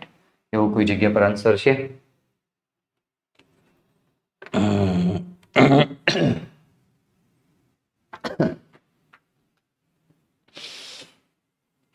6.93 into 10 to the power minus 3. 6.93 આ તો આવે જ નહીં. 6.93 10 to the power minus 3. 6.93 10 to the power minus 3. Sir answer તો આવી ગયો પણ અહીંયા એકમમાં ભેગું નથી થતું. કઈ ભેગું નહીં લેવાનું બેટા. પ્રથમ ક્રમ કીધું છે. હમણાં જોયું કે પ્રથમ ક્રમ માટેનો જે એકમ હતો એ સેકન્ડ ઇન્વર્સ હતો. મોલ પ્રતિ લેવું એવું તો કાંઈ હોતું નથી. આ જે છે મોલ પ્રતિ લીટર ઇન્ટુ સેકન્ડ ઇન્વર્સ એ શૂન્ય ક્રમ માટે છે અને આ જે છે તે આપણા તૃતીય ક્રમ માટે છે. એટલે ખાસ કરીને ખાસ યાદ રાખવું આપણે. Next point. ઓકે, પછી ડીએનએ બ્લોકના ક્વેશ્ચન્સ ઉપર આપણે આવી જઈએ. લીલા રંગનું સંયોજન કયું છે? તો હું તમને વિદ્યાર્થી મિત્રો યાદ કરાવી દઉં કે લીલા રંગનું જે સંયોજન છે તે આપણું MnO4-2 છે. આને આપણે લખવું હોય તો K2MnO4 પણ લખી શકીએ. આ જે આપણું સંયોજન છે તેની અંદર મેંગેનીઝ છે તેની ઓક્સિડેશન અવસ્થા +6 છે. +6 હોવાને લીધે એની પાસે માત્ર ને માત્ર બીમાં એક જ ઇલેક્ટ્રોન રહેશે. અને કોઈ કદાચ આવું આપણને સવાલમાં પૂછી લે કે લીલા રંગનું દ્રાવણ જે MnO4-2 છે એ લીલો રંગ શેના લીધે દર્શાવે છે? તો હું એવું લખી શકું કે આ પદાર્થ જે છે તે ડી સંક્રાંતિને લીધે જે છે તે આ પ્રકારનું સંયોજન બનાવી શકે. એટલે આપણે આ ખાસ યાદ રાખવું. અહીંયા ડી માં કક્ષકમાં ઇલેક્ટ્રોન હોય તો ડી આપે એટલે D10 હોય તો ન આપે પાછું કેમ કે ફૂલફિલ ભરેલું છે. ઓકે, એટલે આટલી વસ્તુ ખાસ ધ્યાન રાખજો. આ સંયોજન છે તે આપણું આપેલું છે અહીંયા. ઓકે, આ બધી બાકીના બધાના કલર ભેગા કહી જ દઉં ને કે જે આપણા માટે કંઈ કામ ના થાય. તો કે Cr2O7 જે છે વિદ્યાર્થી મિત્રો એ આપણું નારંગી રંગનો પદાર્થ છે. MnO4 જે છે એને આપણે પોટેશિયમ પરમેંગેનેટ કહેવાય. એનો કલર જે છે વિદ્યાર્થી મિત્રો એ જાંબલી છે ને CrO4 જેને ક્રોમેટ કહેવાય અને આ પદાર્થનો કલર જે છે તે પીળા રંગનો છે. ઓકે, ખાસ અને ખાસ ધ્યાન રાખવું. અને આ નારંગી, જાંબલી અને પીળો 3 પદાર્થ એ રંગીન પદાર્થ છે, પણ એક પણ સંયોજન આપણને ડીડી સંક્રાંતિ દર્શાવતું નથી, એનું ખાસ ધ્યાન રાખજો. મેંગેનેટનું સૂત્ર શું છે? એ જ આપણે અહીંયા જે જોયું હતું કે MnO4 - 2 જે છે તે આપણું મેંગેનેટ છે. પોટેશિયમ પર મેંગેનેટ કીધું હોય તો આપણો જવાબ છે તે અહીંયા શું આવશે? MnO4 - 2 આવશે. નીચેનામાંથી કયું રંગવિહીન હોય? જેની ડી કક્ષકમાં 10 ઇલેક્ટ્રોન હોય, જેની ડી કક્ષકમાં 10 ઇલેક્ટ્રોન હોય, જેની ડી કક્ષકની અંદર 0 ઇલેક્ટ્રોન હોય, અથવા ડી કક્ષકમાં બધા જ ઇલેક્ટ્રોન એ યુગ્મ પરિસ્થિતિમાં હોય, તો એ સંયોજન છે તે રંગવિહીન હોય. 1 by 1 જોતા જઈએ. આપેલી પરિસ્થિતિ મુજબ અહીંયા Ti નો જે ઓક્સિડેશન નંબર છે વિદ્યાર્થી મિત્રો એ કેટલો આવશે? +4 આવશે. અને Ti ની જે ઓક્સિડેશન કન્ડિશન છે એ ઇલેક્ટ્રોન રચના આ મુજબ થાય. 4 ઇલેક્ટ્રોન નીકળી જાય, અહીંયા આવે 3d0. ઓબ્વિયસલી તો પહેલામાં જ આપણો આન્સર અહીંયા સેટઅપ થઈ ગયો. અહીંયા સાથે સાથે જોઈ લઈએ, અહીંયા આપણો ઓક્સિડેશન નંબર +2 થાય. +2 થાય તો એમાં 3d2 માં 2 ઇલેક્ટ્રોન રહી. અહીંયા એમનો ઓક્સિડેશન નંબર છે તે +3 થઈ જાય. +3 થઈ જાય તો એમની પાસે 3d1 રહી, તે પણ રંગીન થાય. અને અહીંયા વેનેડિયમ +3 થાય તો વેનેડિયમ છે તેમની ઇલેક્ટ્રોન રચના સ્કેન્ડિયમ, ટિટેનિયમ, વેનેડિયમ આવી રીતે થાય, જેની પાસે પણ 3d2 ની અંદર ઇલેક્ટ્રોન હોય. જેમાં ડી કક્ષકમાં ઇલેક્ટ્રોન હોય એ કલર હોય ડીડી સંક્રાંતિને લીધે, જેમાં ડીમાં નથી તો એ સંયોજન આપણને રંગવિહીન કહેવાશે. MnO4 નું આણ્વીય દળ M છે. જો તે તટસ્થ દ્રાવણમાં MnO4 નો તુલ્ય ભાર શું છે? ગણી નાખીએ હમણાં, પણ હું તમને બંને માધ્યમમાં કહું છું. અહીંયા તટસ્થ કીધું છે, હું એસિડિક અને તટસ્થ બંને તમને કરાવડાવું છું. તો પહેલો જે અહીંયા આપણે ટોપિકની ચર્ચા કરવાની છે તે એસિડિકમાં કરવાની છે. તો એસિડિક સંયોજનની અંદર આપણો જે MnO4- છે, જેનું રૂપાંતરણ વિદ્યાર્થી મિત્રો Mn+2 માં થશે. અહીંયા ચેન્જ ઓફ ઓક્સિડેશન સ્ટેટ 5 આવશે. એટલે અહીંયા ઓક્સિડેશન સ્ટેટ +7 છે, અહીંયા ઓક્સિડેશન સ્ટેટ +2 છે, એટલે આ 5 આવશે. જ્યારે તટસ્થ માધ્યમની હું જો તમને ચર્ચા કરું તો એમની અંદર આપણો જે MnO4- છે, જેનું રૂપાંતરણ MnO2 માં થાય છે. અહીંયા તો ઓક્સિડેશન નંબર 7 છે જ, પણ અહીંયા એ ઓક્સિડેશન નંબર છે તે 4 થઈ જાય, એટલે એમનો તફાવત છે તે અહીંયા કેટલો થઈ જશે? 3 થઈ જશે. 4 અને 7 નો. તો એનો આન્સર છે તે આપણો M/3 આવી શકે. અને જો આપણને આવું પૂછે ને, પ્રબળ આલ્કલી માધ્યમ, તો એટ કેસ ઉપર આપણો જે MnO4- છે, જેનું રૂપાંતરણ MnO4- માં થાય, તો અહીંયા ઓક્સિડેશન નંબર 7 આવે, અહીંયા ઓક્સિડેશન નંબર 6 આવે, જેથી બંને વચ્ચેનો ડિફરન્સ છે વિદ્યાર્થી મિત્રો 1 આવશે. તો જો આના માટે સ્પેશિયલી આપણને પૂછેલું હોય તો તુલ્ય ભાર M/5 આવે, આના માટે M/3 આવે, અને આના માટે આપણો આન્સર છે તે M આવશે. અહીંયા આપણને તટસ્થ કીધું છે, તો તટસ્થ માટે M/3 પરિસ્થિતિ, એટલે આન્સર હું લખી શકું M/3. નીચેનામાંથી કયા ધાતુ આયનની ચુંબકીય ચાક માત્રાનું મૂલ્ય 4.90 છે? તો 4.90 કોનું હોય કે જેની પાસે 4 અયુગ્મિત ઇલેક્ટ્રોન હોય? 4 અયુગ્મિત ઇલેક્ટ્રોન કોની પાસે હોય? જેમની ઇલેક્ટ્રોન રચના 3d4 આવતી હોય, જેમની ઇલેક્ટ્રોન રચના 3d6 આવતી હોય. કેવી રીતે આવતી હોય તે પણ એક્સપ્લેન કરો. ડી કક્ષકની અંદર ટોટલ 5 કક્ષા હોય, 1, 2, 3, 4 અને 5. જો આની અંદર હું 1, 2, 3 અને 4 ઇલેક્ટ્રોન ભરું તો 4 અનપેર રહેવાના છે, પણ જો હું 6 ભરું તો 5મો ઇલેક્ટ્રોન અહીંયા જાય, 6થો અહીંયા જાય, તો પણ આપણા આ 4 છે તે અયુગ્મિત જ રહેવાના છે. ઓકે, એટલે ખાસ ધ્યાન રાખશું. તો ગણવું પડે પહેલા ક્યાં કઈ જગ્યા પર 3d6 થાય છે તે. તો CO જે છે કોબાલ્ટ, એમનો નંબર 27 થાય. 27 હોય તો એમની ઇલેક્ટ્રોન રચના 3d7 અને 4s2 થાય. અહીંયા આપણને CO+2 કીધું છે, એટલે ઇલેક્ટ્રોન રચના 3d7 થઈ જાય, એટલે આના માટે કોઈ છંછેડો કરી શકાય નહીં. વેનેડિયમની જો આપણે વાત કરીએ તો વેનેડિયમનો નંબર છે વિદ્યાર્થી મિત્રો 23 થાય. 23 હોય તો અહીંયા લખીશું 3d3 અને 4s2. 2 ઇલેક્ટ્રોન નીકળી જાય વેનેડિયમની +2 કન્ડિશનમાં, એટલે અહીંયા હું લખી શકું 3d અને 3. ઓકે સર, સમજ પડી ગઈ. કોપરની જો આપણે વાત કરીએ વિદ્યાર્થી મિત્રો, તો કોપરનો જે નંબર છે તે 29 છે અને કોપર માટે ઇલેક્ટ્રોન રચના 3d10 અને 4s1 લખાશે. કોપર +2 લખું તો આ ઇલેક્ટ્રોન 3d9 આવશે. જ્યારે હું Cr+2 ની વાત કરું તો Cr ની ઇલેક્ટ્રોન રચના 3d5 4s1 થાય. બે ઇલેક્ટ્રોન્સને હું રિમૂવ કરું તો આ સંયોજન આપણને આપશે 3d4 એટલે આન્સર આપણો થઈ જશે 4.90.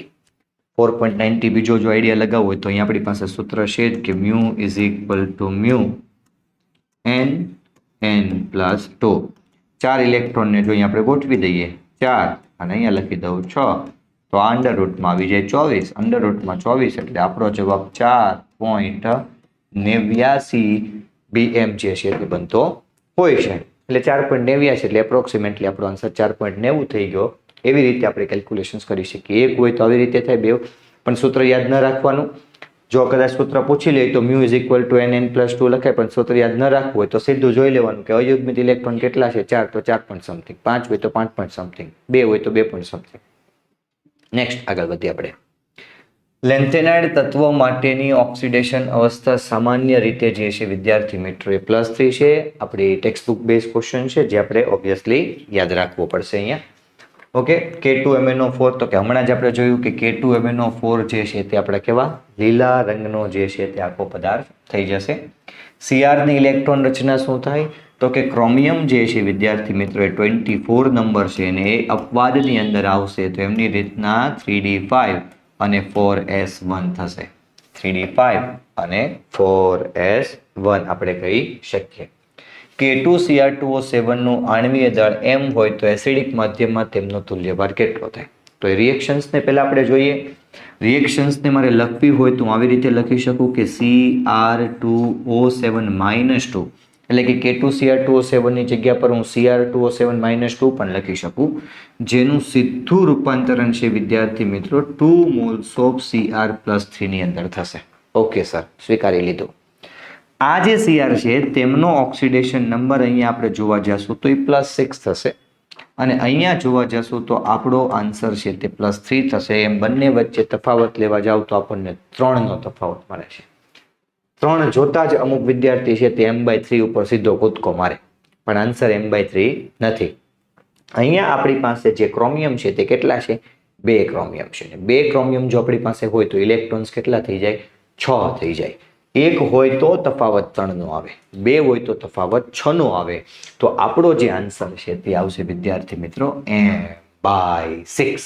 ઓકે, 2 ક્રોમિયમ છે એટલે તફાવત આપણે 6 લીધો છે. બાકીના કેસમાં આપણી પાસે 1 જ એટલે કે 3 ઇલેક્ટ્રોનનો તફાવત આવી શકે. નીચેનામાંથી કયા ઓક્સાઇડ ઉભય ગુણધર્મી છે? ઓબ્વિયસલી આ ક્વેશ્ચન છે થિયરી બેઝ ક્વેશ્ચન છે. V2O5 અને Cr2O3 જે છે તે આપણા ઉભય ગુણધર્મી ઓક્સાઇડનો નેચર છે.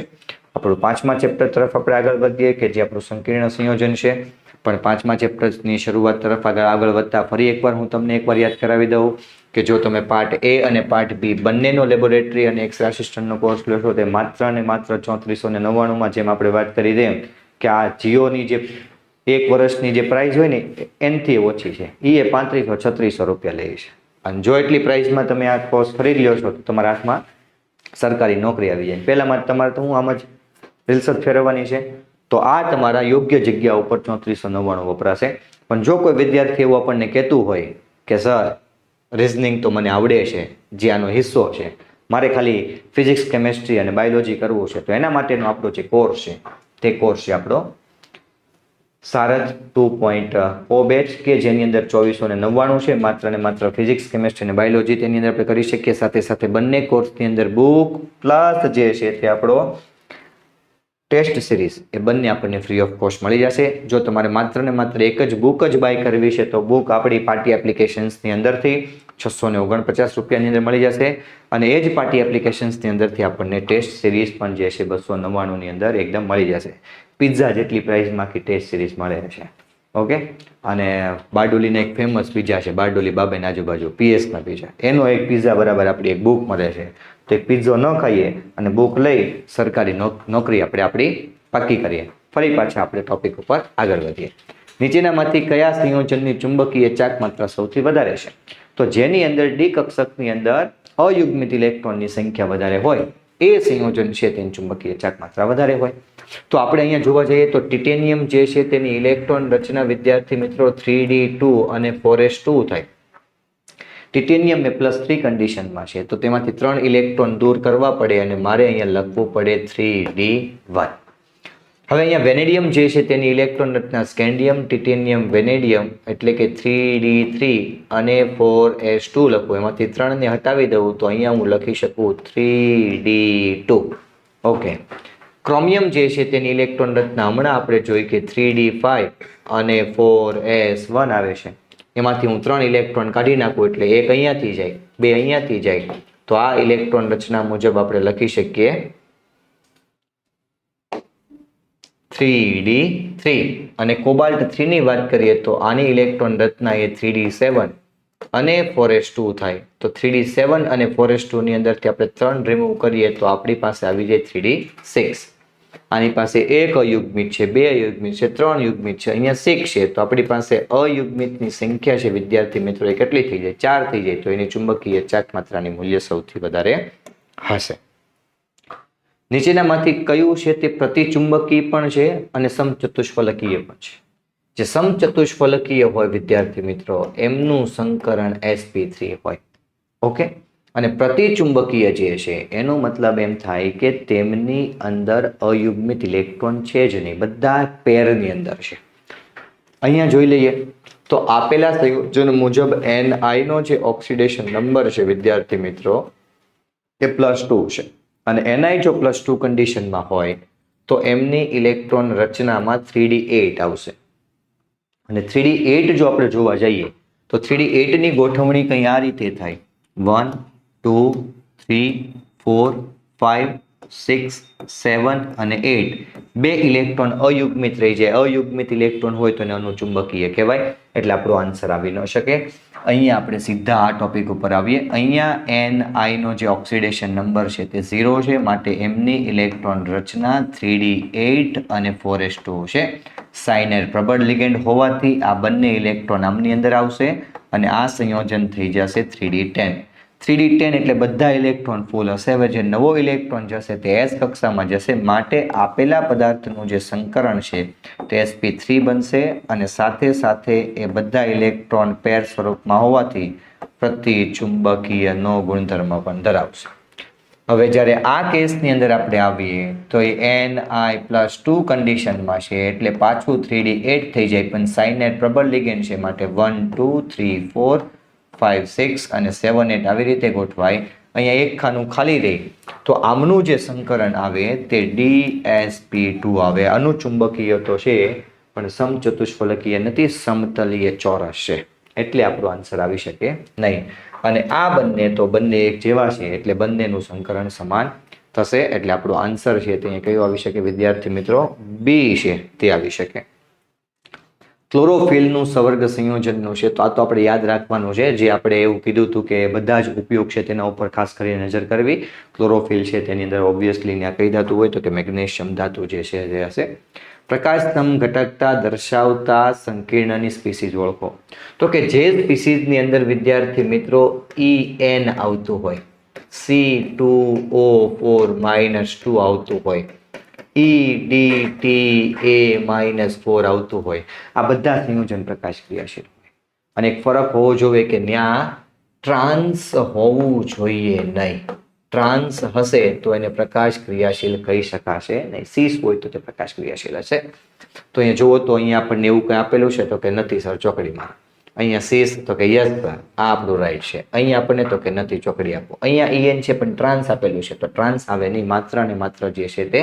પણ સર અહીંયા ક્યાં એવું છે તો કે આ જે સંયોજન છે ને વિદ્યાર્થી મિત્રો એને મારે ઓક્ઝલેટ OX પણ લખી શકું. એટલે ખાસ અને ખાસ વસ્તુ અહીંયા ધ્યાન રાખવાની છે. નેક્સ્ટ પોઈન્ટ ઉપર આપણે આવીએ.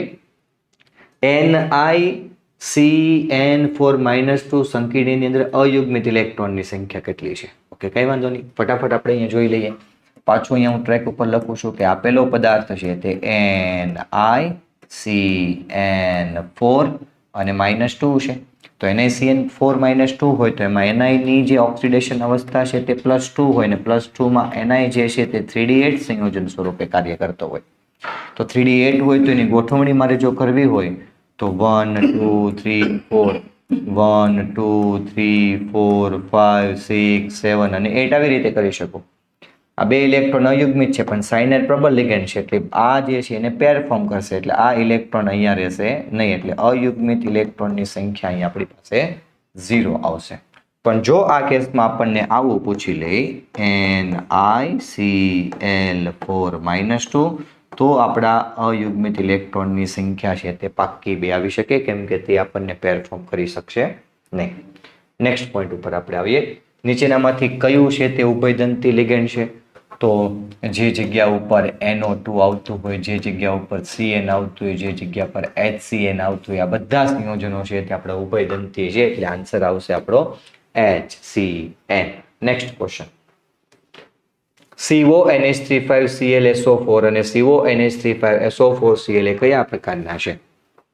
તો તમે પદાર્થમાં જોઈ શકો છો કે SO4 અંદર ગયું અને Cl બહાર આવ્યું તો બહારનું અંદર અને અંદરનું જો બહાર થતું હોય તો આવી સમઘટકતાને છે તે આયનીય સમઘટકતા કહેવાય. અહીંયા દ્રાવક મિશ્રણ સમઘટકતા પણ લખ્યું છે તો એમાં પાણી બહારનું અંદર ને અંદરનું બહાર થતું હોય તો આપણે એને દ્રાવક સમઘટકતા મિશ્રણ પણ કહી શકીએ.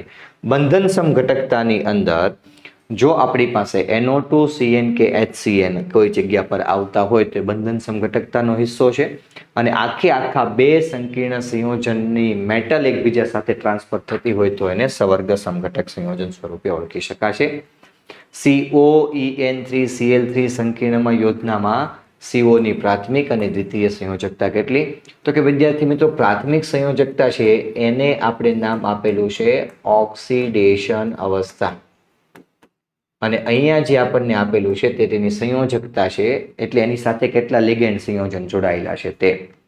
આ કેસમાં કોબાલ્ટ છે તેની ઓક્સિડેશન અવસ્થા અહીંયા 3Cl છે એટલે આપણી પાસે આવશે +3 અને લિગેન્ડ આપણને કીધું છે કેટલા જોડાયેલા છે તો તમને દેખાય છે કે અહીંયા En3 છે પણ En નું જે બંધારણ છે ને તે કંઈ આવું આવે CH2 CH2 NH2 અને NH2 જેમાં બે ડોનર ગ્રુપ છે, બે નાઇટ્રોજન છે એવા આપણી પાસે 3 En છે એટલે ટોટલ આપણી પાસે 6 દાતા સમૂહ થાય એટલે આનો સવર્ગાંક જે છે તે આપણે કેટલો લખી શકીએ 6 એટલે આપણો આન્સર છે તે 3 અને 6 અહીંયા સાચો બની શકશે.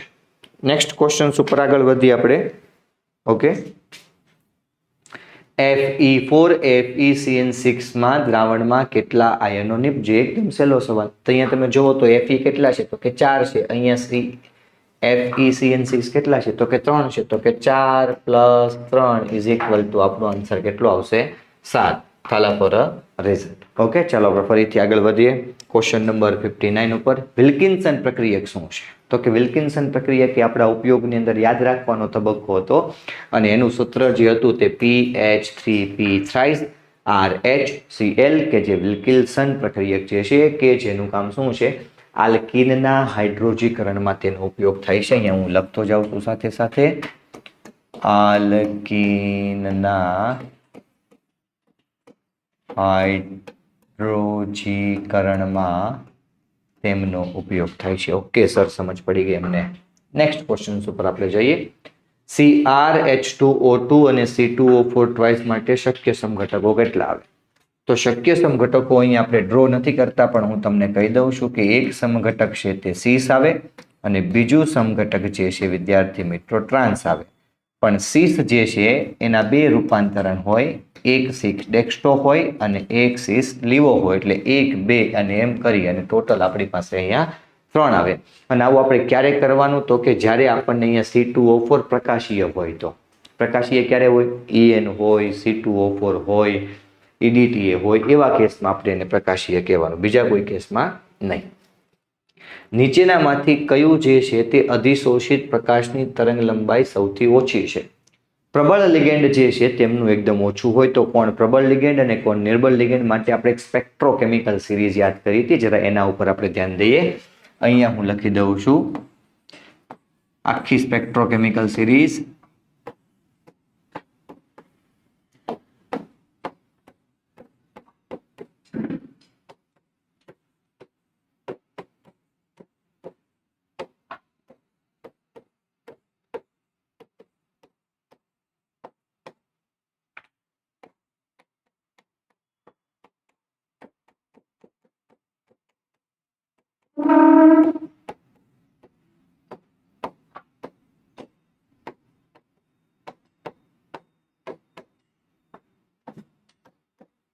આ જે આખી સ્પેક્ટ્રોકેમિકલ સિરીઝ છે આપણી વિદ્યાર્થી મિત્રો, IBrHCN Cl minus S minus 2F minus OH minus C2O4 minus 2H2O NCA CDT NH3 EN NO2 CN અને CO.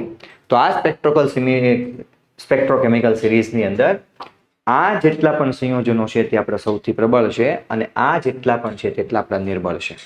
તો અહીંયા ઓછી તરંગ લંબાઈ કોની હોય તો જેટલું પ્રબળ હશે એટલી તરંગ લંબાઈ ઓછી હશે. તો પ્રબળની અંદર કોણ આવે તો કે NH3 અને Cl છે, NH3 છે, Cn છે અને NH3H2O છે. તો NH3 Cn NH3 બધું આપણને આપી દીધું છે. ઓકે, સૌથી પ્રબળની અંદર આપણે ખાલી જોવા જઈએ તો NH3 અને Cn છે.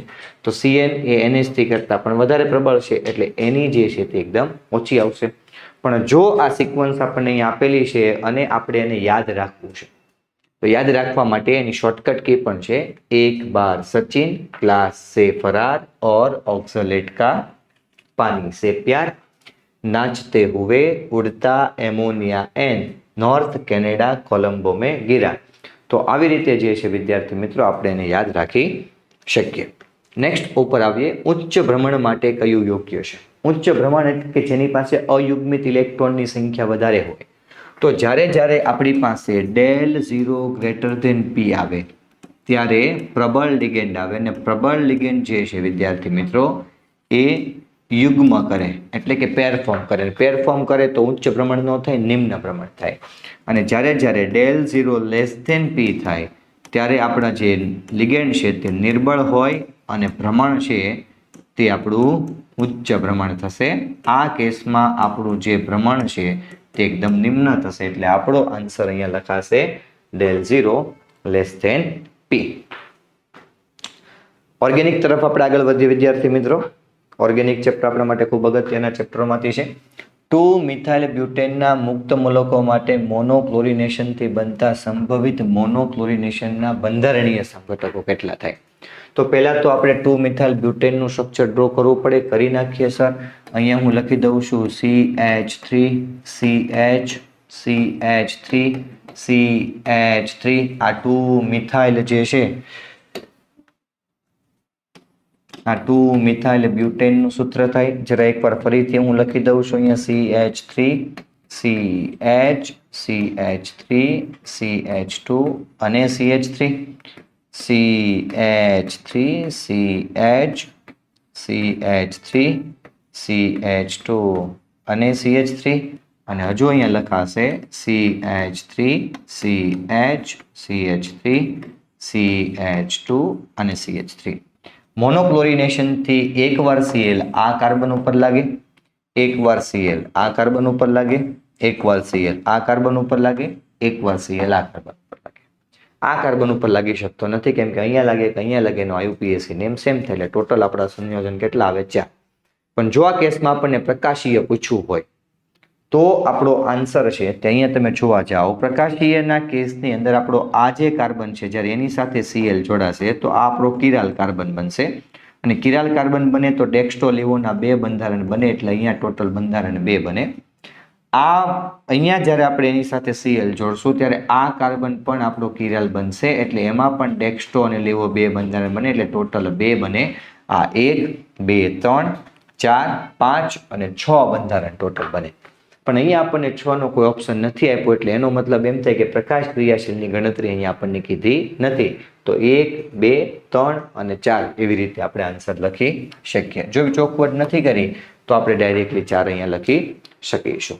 નેક્સ્ટ ક્વેશ્ચન ઉપર આપણે આગળ વધીએ. નીચેનામાંથી કયા સંયોજન SN2 વિસ્થાપન માટેનો પ્રતિક્રિયાત્મકતા ક્રમ જે છે તે ચડતો ક્રમ છે?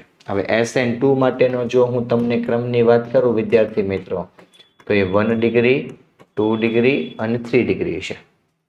ઓકે, 1 પોઝિશન ઉપર હોય તો 1 ડિગ્રી કહેવાનું, 2 પોઝિશન ઉપર તો 2 ડિગ્રી કહેવાનું. પણ જે જગ્યા ઉપર આવું આવે ને 2 2 3 3 4 4 5 5 6 6 તો એ બધા 3 ડિગ્રી હોય. આ સૂત્ર લખ્યા સિવાય આન્સર આપવાનો. તો 1 ડિગ્રીમાં પહેલા જે છે તે નંબર 2 આવશે, પછી છે તે નંબર 3 આવશે અને પછી છે તે નંબર 1 આવશે. એવું કોઈ જગ્યા ઉપર છે આપણને આપી દીધું છે 2 3 1? યસ, તો C is the our right answer. કયા પોલીહેલોજન સંયોજનનો ઉપયોગ ફ્રીઓન પ્રીશીતક 22 બનાવવા માટે થાય છે? તો ક્લોરોફોર્મ સંયોજન છે તેનું આપણે પ્રશીતક સંયોજન સ્વરૂપે ઉપયોગ કરી શકીએ છીએ. નીચેનામાંથી કયા સંયોજન માટે SN1 નો પ્રતિક્રિયાત્મક સૌથી વધારે છે?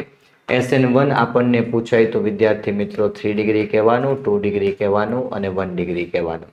તો તમે જોઈ શકો છો અહીંયા આ કાર્બન સાથે એક આ કાર્બન અને આ કાર્બન જોડાયેલું છે એટલે આપેલું એ સંયોજન આપણું 3 ડિગ્રી થશે, આપેલું આ સંયોજન આપણું 2 ડિગ્રી થશે, આ છે તે આપણું 1 ડિગ્રી થશે અને આ સંયોજન છે તે પણ આપણું 2 ડિગ્રી સંયોજન બનશે એટલે 3 ડિગ્રીની પ્રતિક્રિયાત્મકતા વધારે હશે. નીચેનામાંથી કયું એલાયલિક નથી? તો એલાયલિક આપણે કોને કહેતા હતા? તો કે અહીંયા લખતા હતા CH2 ડબલ બોન્ડ CH2 અને X. તો કે ભાઈ હેલોજન જે કાર્બન પરમાણુ સાથે જોડાયેલો છે તેની બાજુવાળો કાર્બન ડબલ બોન્ડ સાથે જોડાયેલો હોય તો તેને એલાયલિક કહેવાય.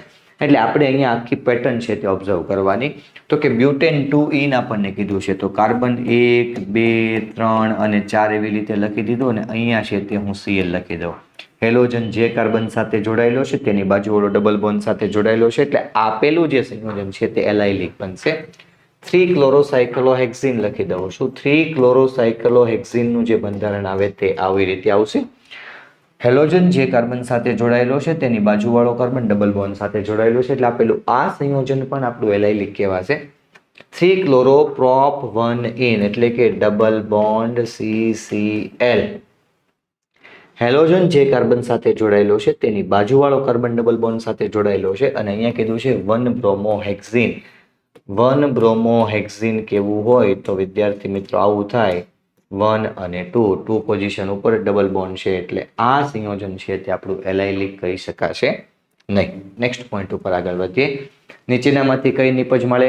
તો નિપજની અંદર આપણે અહીંયા જોવા જઈએ તો અહીંયા લખી દીધું છે Br2 UV લાઇટ. તો Br2 UV લાઇટ માત્ર ને માત્ર sp3 કાર્બન સાથે પ્રક્રિયા કરે અને આ બંને છે તે sp3 છે ને એમાં જેની ડિગ્રી વધારે હોય ત્યારે પ્રક્રિયા કરે. આ 1 ડિગ્રી છે, આ 2 ડિગ્રી છે તો અહીંયા Br જોડાય. અહીંયા Br જોડાનો આ ન આવે, અહીંયા Br જોડાનો ના આવે, અહીંયા Br જોડાનો ના આવે. Br ક્યાં હોય તો કે સેકન્ડ કાર્બન ઉપર હોય એટલે આપણો ડી છે તે એકદમ સાચો આન્સર છે.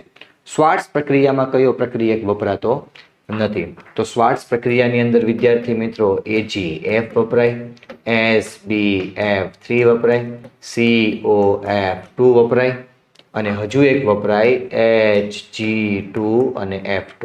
HF વપરાતો નથી એટલે આપણો સાચો આન્સર છે તે C છે. નીચેનામાંથી કયું સંયોજન હેલો આલ્કેન બનાવવા માટે વપરાય? તો હેલો આલ્કેન બનાવવા માટે આપણી પાસે SOCl2 હતું કે જેની પ્રક્રિયા આપણે આવી રીતે જોતા હતા. ROH ની પ્રક્રિયા જો આપણે SOCl2 સાથે કરીશું તો આપણને RCl મળી શકે. અહીંયા Ki NaNO2 HCl અને Cu2Cl2 એ બંને હેલો આલ્કેનની નહીં પરંતુ હેલો એરિનની બનાવટની અંદર તેમનો ઉપયોગ થાય છે. નેક્સ્ટ ક્વેશ્ચન ઉપર આપણે જઈએ. નીચે પૈકી પ્રક્રિયામાંથી SN1 નો પ્રતિક્રિયાત્મકતાનું અનુમાન કરો. SN1 નો પ્રતિક્રિયાત્મકતાનું અનુમાન કરો તો SN1 નો ક્રમ આપણે જોયો તે મુજબ 3 ડિગ્રી 2 ડિગ્રી અને 1 ડિગ્રી જે છે તે વિદ્યાર્થી મિત્રો થાય છે.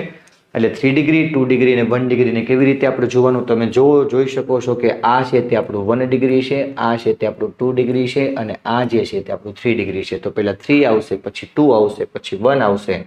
તો એવો કોઈ ઓપ્શન્સ આપણી પાસે? યસ, ઓપ્શન એ જે છે તે એકદમ આપણો રાઈટ આન્સર કહેવાશે. નેક્સ્ટ ઉપર આપણે આવીએ. PCl5 ની કોની સાથે પ્રક્રિયા કરતા તે POCl3 આપી શકતું નથી? તો જે સંયોજન પાસે OH કન્ડિશન હોય તેને આપણે આપી શકાય નહીં એટલે અહીંયા આપણો આન્સર છે તે H2 આવશે. H2O સાથે PCl5 ની રિએક્શન કરો તો આપણને કોઈ પણ દિવસ છે તે POCl3 મળશે નહીં.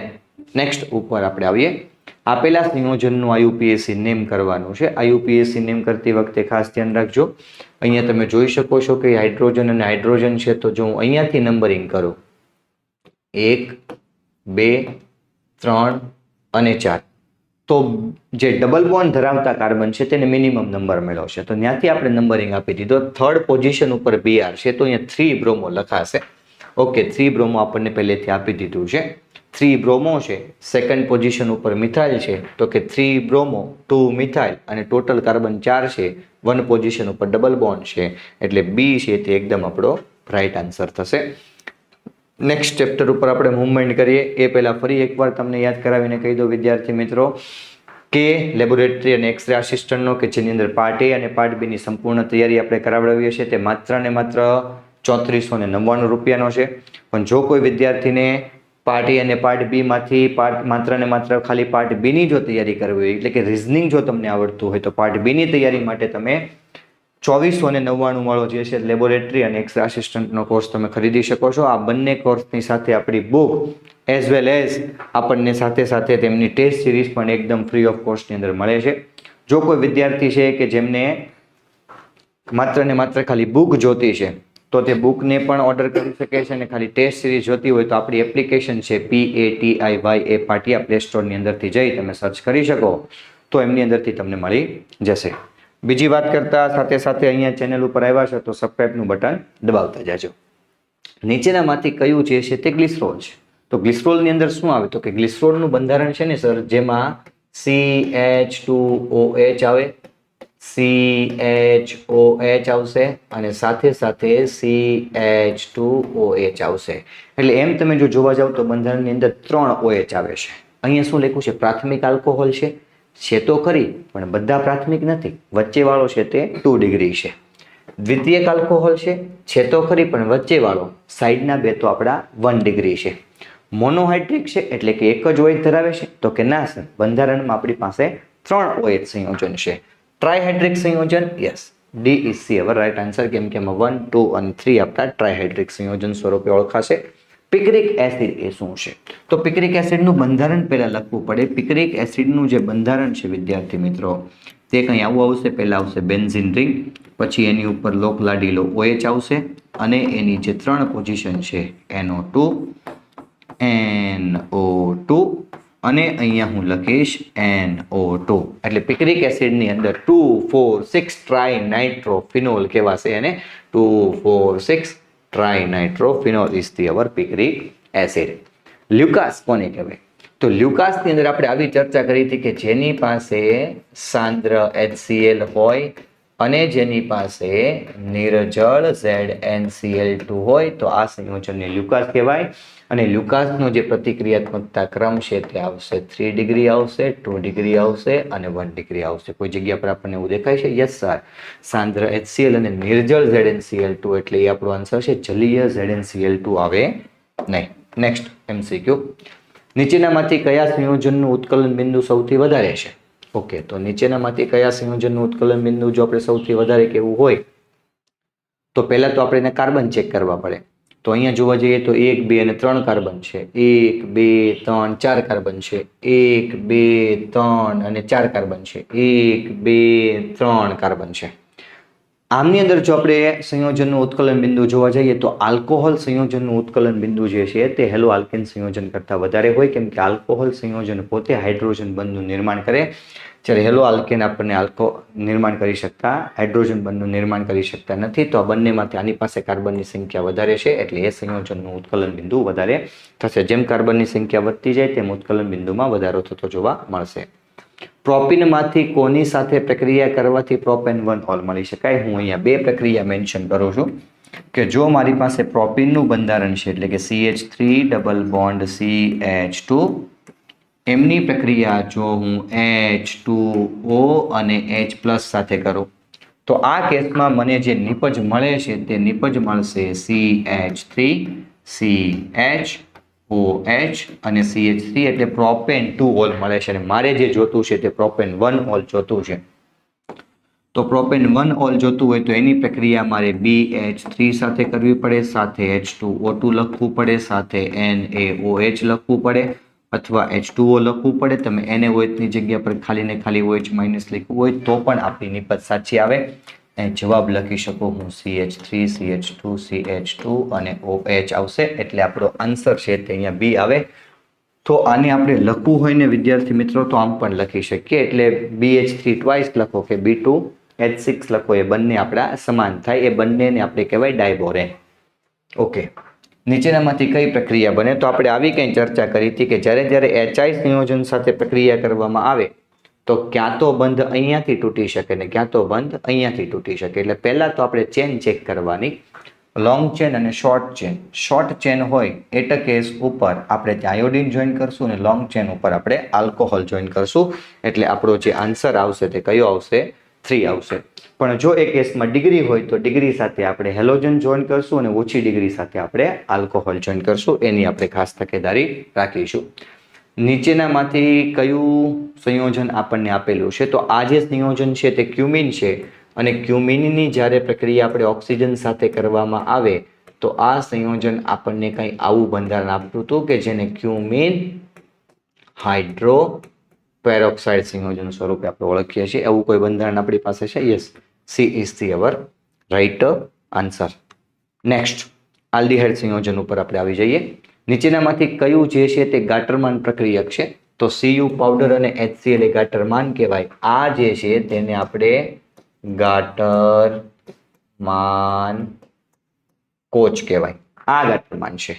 CuNO3 તો આપણું આવશે નહીં અને CuCl HCl જે છે તે પણ આપણે એની અંદર લઈ શકીશું નહીં, કેમ કે તો સેન્ડ મેયરની અંદર આપણું આવી જશે. એટલે આગળ વધીએ આપણે ફરીથી. Okay, C6CaHO plus C6H5CO CH3 ની OH માઇનસ સાથે 293 કેલ્વિન તાપમાને પ્રક્રિયા કરીએ વિદ્યાર્થી મિત્રો. તો આ જે આપણી ક્રોસ આલ્ડોલ પ્રોડક્ટ છે, તો ક્રોસ આલ્ડોલને આપણે કંઈ આવી રીતે શીખી હતી કે પહેલું જે સંયોજન છે ત્યાંથી ઓક્સિજન લઈ લીધો, ત્યાં મૂકી દો ડબલ બોન્ડ મૂકી દઈએ, લખી દઉં C6H5CH અને લખી દો ડબલ બોન્ડ. બીજું જે સંયોજન છે જે કીટોન છે તેની બાજુવાળા કાર્બન પાસેથી 2 હાઇડ્રોજન લઈ લો અને એને ડબલ બોન્ડ સાથે જોડી દો. ત્યાંથી 2 હાઇડ્રોજન લઈ લો તો એ પણ બની જાય CH અને એને બેઠું અહીંયાની સાથે કનેક્ટ કરી દો એટલે આ થઈ જાય આપણું C6H5. C6H5 એટલે બેન્ઝીન રિંગ છે. આવું કોઈ બંધારણ આપણી પાસે હોય તો જુઓ, D is the our right answer. નીચેનામાંથી કયું પદાર્થ ખાદ્ય પરિરક્ષક માટે વપરાય? તો સોડિયમ બેન્ઝોઇડ જે છે વિદ્યાર્થી મિત્રો, જેને આપણે ખાદ્ય પરિરક્ષક સંયોજન સ્વરૂપે ઉપયોગ કરી શકીએ છીએ, જે આપણે યાદ રાખવાનું છે. 2-મિથાઇલ બ્યુટ 2-ઇન. તો પહેલા બંધારણ ડ્રો કરવું પડશે. 2-મિથાઇલ બ્યુટ 2-ઇન ની અંદર CH3 ડબલ બોન્ડ CH અને CH3. આ જે બંધારણ છે આપણું 2-મિથાઇલ બ્યુટ 2-ઇન નું છે અને ઓઝોનોલિસિસની આ પ્રક્રિયા છે. તો ઓઝોનોલિસિસની પ્રક્રિયામાં આપણે કંઈ યાદ રાખ્યું હતું કે જ્યારે આપણી પાસે આ અને આ સંયોજન આવે તો ડબલ બોન્ડના ભાગ પાડી દેવાના અને જ્યાં ભાગ પડે ત્યાં મૂકી દેવાનો ઓક્સિજન. એટલે એક બને CH3COCH3 ને એક બને CH3CHO. એટલે એવું આપણે જોવા જઈએ તો આપણો એ છે તે એકદમ પરફેક્ટ આન્સર થાય છે, CH3COCH3 અને CH3CHO. નેક્સ્ટ, નીચેનામાંથી કયું પ્રક્રિયક બેન્ઝાલ્ડિહાઇડ બનાવી શકે નહીં? તો આપેલી આ જે પ્રક્રિયા છે તે આપણને બેન્ઝાલ્ડિહાઇડ બનાવી શકે અને આ પ્રક્રિયાનું નામ છે રોઝનમુન્ડ પ્રક્રિયા. અને આ એ જ રોઝનમુન્ડ પ્રક્રિયા છે વિદ્યાર્થી મિત્રો કે જે આપણને દિવ્યાંગની એક્ઝામની અંદર આ ચેપ્ટરની અંદરથી ક્વેશ્ચન્સ પૂછાઈ ગયો છે કે આપેલી પ્રક્રિયામાંથી રોઝનમુન્ડ રિએજન્ટ કયો છે? PDBSO4 આવશે. C6H5CH3 ની કેમેનોફોર, તો કે કેમેનોફોર તો હાઈલી એસિડિક છે, એ ગમે એનું ઓક્સિડેશન કરી નાખે. એટલે આ જે છે ને એનું રૂપાંતરણ C6H5 અને COOH માં કરી નાખે. આપણે કરવાનું છે CHO. એટલે આ સંયોજન બેન્ઝોઇક એસિડ બનાવે, બેન્ઝાલ્ડિહાઇડ બનાવી શકે નહીં. સાથે સાથે પ્રક્રિયાના નામ પણ લખતો જાઉં છું. આ જે પ્રક્રિયા છે તે પણ આપણી ઇટાડ પ્રક્રિયા છે અને આ હમણાં આપણે જોઈ કે જેનું નામ ગાટરમાન કોચ પ્રક્રિયા છે. ખાસ આ પ્રક્રિયકના નામ આપણે યાદ રાખવાના રહેશે જેથી કરી આપણો ટોપિક સરળતાથી થઈ જાય. નીચેનામાંથી કોનું Ka નું મૂલ્ય વધારે છે? તો આપણે આવું જોયું હતું કે Ka નું મૂલ્ય જે છે તે pKa ના મૂલ્યના વ્યસ્ત પ્રમાણમાં હોય અને સાથે સાથે તે એસિડિકતાના પણ સમપ્રમાણમાં હોય. અને એસિડિકતા જે છે વિદ્યાર્થી મિત્રો એ ઇલેક્ટ્રોન વિથડ્રોઈંગ ગ્રુપના સમપ્રમાણમાં હોય અને ઇલેક્ટ્રોન ડોનેટિંગ ગ્રુપ જે છે તેના વ્યસ્ત પ્રમાણમાં હોય. તો અહીંયા તમે જો ઇલેક્ટ્રોન વિથડ્રોઈંગ ગ્રુપ ચેક કરવાના તો CCl3 જે છે સૌથી વધારે વિથડ્રોઈંગ ગ્રુપ છે. એટલે આપણો આન્સર અહીંયા એ સંયોજન સ્વરૂપે આવી શકે. નીચેનામાંથી કયું સંયોજન આયોડોફોર્મ કસોટી આપે છે? તો કે જે સંયોજનની અંદર CH3C ડબલ બોન્ડ O આ પ્રકાર હોય તેમજ જે સંયોજનની અંદર CH3CH અને OH જેવા ગ્રુપ આવેલા હોય તો આ બધા સંયોજન છે તે આપણને આયોડોફોર્મ કસોટી આપશે. તો પેન્ટેન 3 માં ન આવે. એસિટોનનું બંધારણ જોઈ લઈએ. એસિટોનનું બંધારણ CH3 C double bond OCH3. આપણે જે ગ્રુપ જોતું છે તે ત્યાંની અંદર છે એટલે આપેલું સંયોજન આપણને આયોડોફોર્મ કસોટી આપશે. નેક્સ્ટ MCQ ઉપર આપણે જોઈએ. નીચેનામાંથી કયું કેનિઝારો આપે નહીં?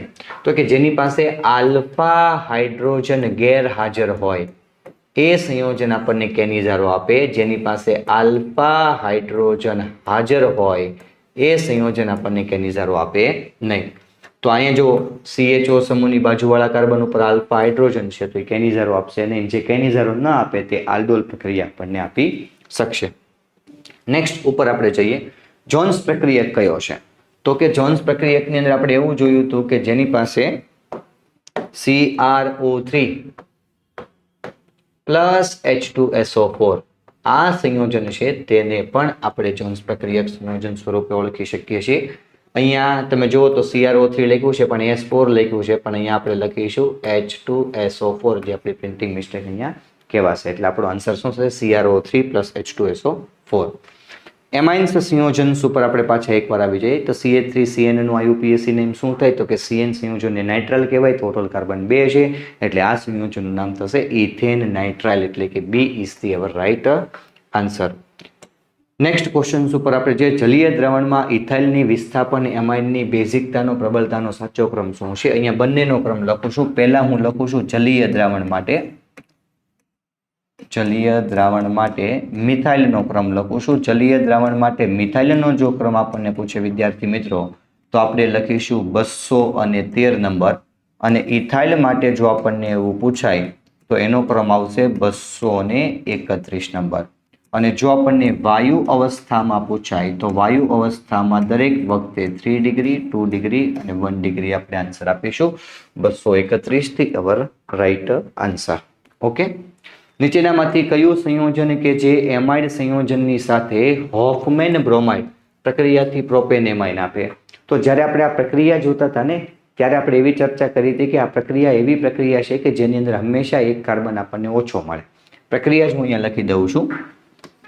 જો આપણી પાસે અહીંયા RC ડબલ બોન્ડ O અને NH2 હોય અને એની પ્રક્રિયા હું NaOH પ્લસ Br2 સંયોજન સાથે કરવા જાઉં તો અહીંયાથી આને રિમૂવ કરવાનું અને આ આપણને આપશે RNH2. આપણને અહીંયા પ્રોપેનેમાઇન આપી દીધું છે તો આમાં એક કાર્બન વધારે હશે એટલે એ સંયોજન આપણું હશે બ્યુટેનેમાઇડ સંયોજન. તો બ્યુટેનેમાઇડમાં કેટલા? 4 કાર્બન હોય તો આપણો આન્સર છે તે D એ એકદમ સાચો આવશે. હિન્ઝબર્ગ સંયોજનની પ્રક્રિયા કરતા તે આલ્કાલીમાં દ્રાવ્ય થાય છે તે કયું છે? તો અહીંયા હું પાછો લખતો જાઉં છું કે જો હું 1 ડિગ્રી એમાઇન સંયોજનની પ્રક્રિયા કરીશ, 1 ડિગ્રી એમાઇન અને તેની હિન્ઝબર્ગ સાથે પ્રક્રિયા કરું તો એ સંયોજન આપણું આલ્કલીમાં દ્રાવ્ય થશે. પણ આ કેસમાં જો હું 2 ડિગ્રી એમાઇન સંયોજનનો ઉપયોગ કરીશ તો 2 ડિગ્રી એમાઇન સંયોજન મને આલ્કલી જે છે તેમાં અદ્રાવ્ય થશે, અને 3 ડિગ્રી એમાઇન સંયોજનનો હું જ્યારે ઉપયોગ કરીશ તો એ સંયોજન છે તે પ્રક્રિયા કરતું જ નથી એટલે એ આવી શકશે નહીં. તો અમે ચેક કરવું પડે કે પ્રાઇમરી કોણ છે? તો કે આ સંયોજન આપણું 2 ડિગ્રી થાય, આ સંયોજન આપણું 1 ડિગ્રી થાય, આ સંયોજન આપણું 2 ડિગ્રી થાય, આ સંયોજન આપણું 3 ડિગ્રી થાય, એટલે B છે તે એકદમ આપણો સાચો આન્સર આવી શકે. Okay. C6H5N2 plus Cl માઇનસની C6H5OH સાથે પ્રક્રિયા કરતા આપણી ઓક્સિડેશન નિપજ કઈ મળે? તો આખી પ્રક્રિયા દરમિયાન આપણને અહીંયા જે નિપજ મળે તે મળે C6H6 પ્લસ જે નિપજ મળે તે મળે CH3CHO પ્લસ જે નિપજ મળે તે ડાયનાઇટ્રોજન ગેસ મળે પ્લસ અહીંયા આપણને HCl મળે. ઓક્સિડેશન નિપજ કીધી છે એટલે આપણે CH3CHO લખીએ છીએ. ખાલી જો મુખ્ય નિપજ કીધી હોય તો આપણે C6 અને H6 જે છે તે અહીંયા લખીશું. નેક્સ્ટ પેજ ઉપર નીચેનામાંથી કોનું ઉત્કલન બિંદુ વધારે છે? તો ઉત્કલન બિંદુનો જે ક્રમ છે તે આવશે 1 ડિગ્રી 2 ડિગ્રી અને 3 ડિગ્રી, કેમ કે આ કેસમાં આપણી પાસે હાઇડ્રોજન બંધ હોય છે એટલા માટે. તો તમે જોઈ શકો આ 1 ડિગ્રી છે અને આ 1 ડિગ્રી છે. આ 1 ડિગ્રી પાસે 3 કાર્બન છે, આ 1 ડિગ્રી પાસે 4 કાર્બન છે. જેટલા કાર્બનની સંખ્યા વધારે હોય એટલું એમનું ઉત્કલન બિંદુ વધારે હશે. ઓકે. CONH2 ની Br2 સાથે પ્રક્રિયા કરતા કઈ પ્રક્રિયા? તો કે હમણાં જ આપણે ચર્ચા કરી આ જે પ્રક્રિયા છે તેનું નામ હોફમેન બ્રોમાઇડ પ્રક્રિયા થશે. સેન્ડમેર પ્રક્રિયા વડે કયું સંયોજન બનાવી શકતું નથી? તો કે આયોડો સંયોજન છે તે સેન્ડમેરથી આપણે બનાવી શકતું નથી, કેમ કે Cu2I2 એ કોઈ પ્રક્રિયા નથી. આ આપણે Cu2Br2 લખી શકીએ, Cu2Cl2 લખી શકીએ, સાથે સાથે CuCN પણ લખી શકીએ, Cu2CN2 પણ લખી શકીએ, સાથે સાથે KCN લખવું પડે. તો આ સંયોજન છે તેવી રીતે ફોર્મ ન થાય. અને બનાવવું હોય તો આપણે Ki નો ઉપયોગ કરવો પડે, ને Ki નો ઉપયોગ કરીએ તો એને આપણે સેન્ડમેર પ્રક્રિયા કહી શકીશું નહીં. નેક્સ્ટ પોઈન્ટ ઉપર આપણે આવીએ. નીચેનામાંથી કયું સંયોજન કાર્બાઇલ એમાઇલ કસોટી આપે? માત્ર અને માત્ર 1 ડિગ્રી એમાઇન સંયોજન છે તે જ આપણને કાર્બાઇલ એમાઇન કસોટી આપે. આ એમાઇડ થયું એટલે આપે નહીં, મિથાઇલ એમાઇન થયું એટલે આ થઈ ગયું CH3NH2 જે 1 ડિગ્રી છે એટલે આપી શકે.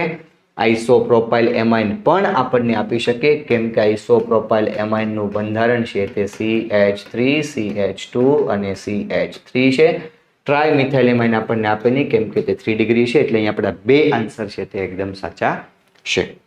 નેક્સ્ટ પોઈન્ટ ઉપર આપણે જોઈએ. એનિલિનની Br2 જળ સાથે પ્રક્રિયા કરતા આપણને ટ્રાયબ્રોમોનિપજ આપે છે, જે ખાસ કરીને યાદ રાખવું. નેક્સ્ટ પોઈન્ટ ઉપર આપણે જોઈએ. નીચેનામાંથી કયો પાણીમાં અદ્રાવ્ય છે? તો કે N2+BF4 સંયોજન છે તે આપણું પાણીની અંદર અદ્રાવ્ય છે. આ એ ટોપિક છે કે જે આપણે ટેક્સ્ટ બુકની અંદરથી યાદ રાખવાના છે. નેક્સ્ટ MCQ ઉપર આપણે જોઈએ. નીચેનામાંથી કયા સંયોજનની PKB નો ઉતરતો ક્રમ છે? તો કે PKB જે છે તો એમાં આપણે આવું જોયું હતું. PKB એટલે એમાં બેઝિકતા આવે.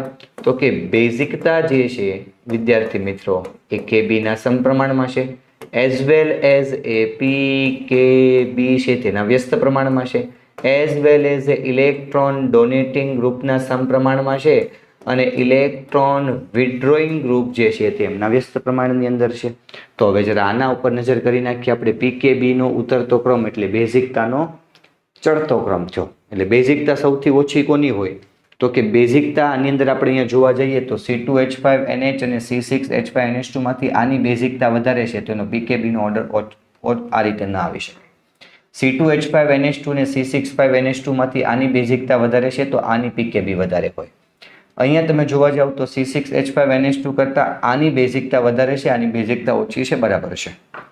પણ આના કરતાં આની બેઝિકતા વધારે છે ના આવે તો આપણો બચેલો આન્સર છે તે આવી શકે. આની બેઝિકતા સૌથી વધારે, પછી આની, પછી આની અને પછી આની બેઝિકતા છે તો એના અકોર્ડિંગ આપણો આન્સર આવી શકે. ઓકે. ઝ્વિટર આયન કયો છે? તો કે સલ્ફાનિલિક એસિડ જે છે ને ઝ્વિટર આયન કહેવાશે. આ ઝ્વિટર આયન કોને કહેવાય? તો કે આ રીતનું હું એક બંધારણ ડ્રો કરું છું. અહીંયા બેન્ઝીન રિંગ ઉપર SO3H લખું છું અને અહીંયા હું લખું છું NH2, જેમાં પ્રોટોનનું ટ્રાન્સફોર્મેશન થાય અને આ પ્રોટોનના ટ્રાન્સફોર્મેશન્સથી અહીંયા લખાશે SO3- અને અહીંયા લખાશે NH3+, કે જેને ઝ્વિટર આયન સ્વરૂપે ઓળખાય. ઝ્વિટર આયન એટલે એવું સંયોજન કે જેમાં એસિડિક અને બેઝિક બંને ગ્રુપ હાજર હોય, જે પોઝિટિવ અને નેગેટિવ ચાર્જ ફોર્મમાં હોય. સલ્ફાનિલિક એસિડની અંદર બંને સંયોજન હાજર છે, માટે એ સૂત્ર આપણું આવી શકે. અને લાસ્ટ અને ફાઇનલ ચેપ્ટર કે જે આપણું બાયોમોલિક્યુલ છે. સેલ્યુલોઝ માત્ર કયા એકમોથી પોલિસેકેરાઇડ બનાવે? તો કે સેલ્યુલોઝ છે તે બીટા ડી ગ્લુકોઝથી બનાવે. એકદમ બાયોલોજીના વિદ્યાર્થી માટે તો એકદમ રમતા રમતા આખું આ ચેપ્ટર થઈ જાય એમાંથી છે.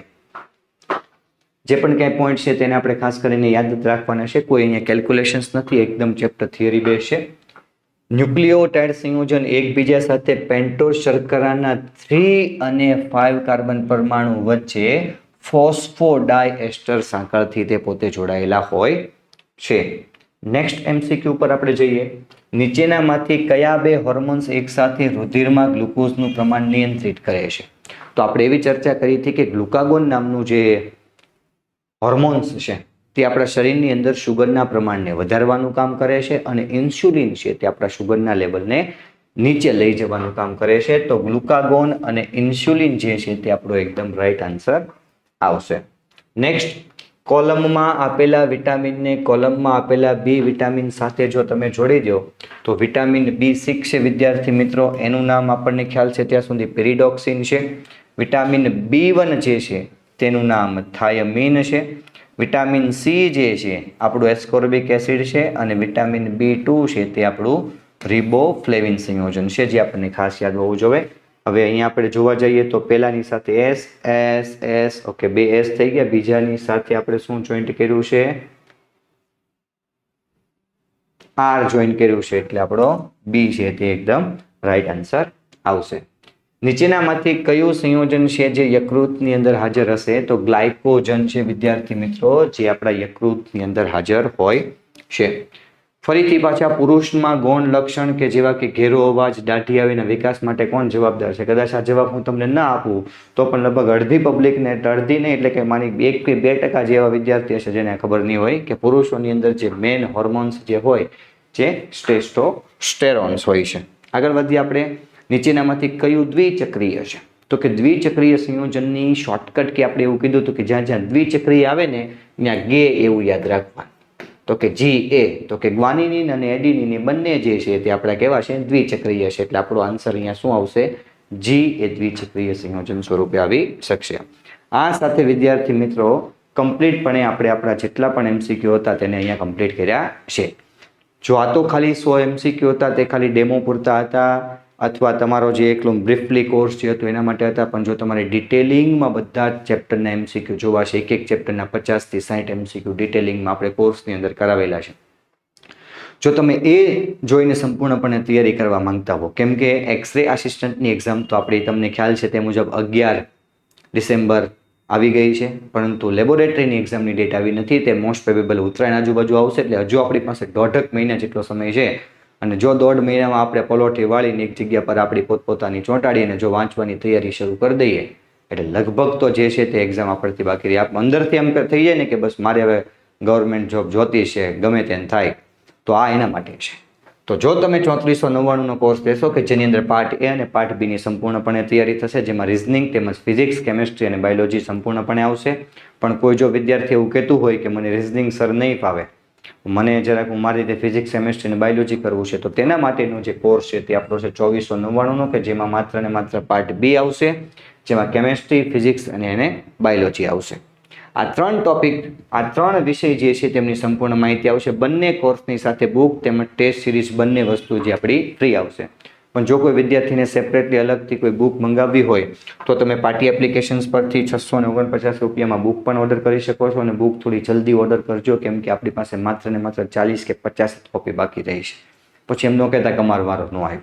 ઓકે. અને ટેસ્ટ સિરીઝ જો બાય કરવી હોય તો 299 રૂપિયાની અંદર મળી જશે. સાથે સાથે આપણી જે વોટ્સઅપ છે તેની અંદર વધારે માહિતી જોતી હોય તો તેમની અંદર મેસેજ કરી દેજો, તમને સંપૂર્ણ માહિતી ત્યાંથી મળી જશે. પાર્ટી એપ્લિકેશન્સ એકેડમી છે તેને ઇન્સ્ટાગ્રામ પર ફોલો કરી લેજો. અને સંપૂર્ણપણે આપણી આજે આખી વિડીયો લેક્ચર જો એની જો તમને PDF જોતી હોય તો નીચે ડિસ્ક્રિપ્ટિવની અંદર તમને પાર્ટી એપ્લિકેશન્સની ટેલિગ્રામ ચેનલની લિંક આપેલી છે, તે જોઈન કરી અને તેમની અંદરથી તમે ડાઉનલોડ કરી શકો છો. સર્વે વિદ્યાર્થી મિત્રોને મહેનત કરવા માટે ખૂબ ખૂબ અભિનંદન કહું છું કે તમે આખો વિડીયો લેક્ચર જોયો અને સંપૂર્ણપણે તૈયારી કરી. વધારે જેમ બને તેમ તૈયારી કરતા રહ્યો, અને જેવું તમારું રિઝલ્ટ આવે એટલે હું તો એવું જ માનું છું કે તમે પાસ થઈ જશો અને તમારી નોકરી પાકી છે, અને તમે અહીંયા આવી અને એક બે બોક્સ જે છે તે પેંડાના તમે અમને આપી જાઓ. ઓકે. જય હિન્દ, જય ભારત.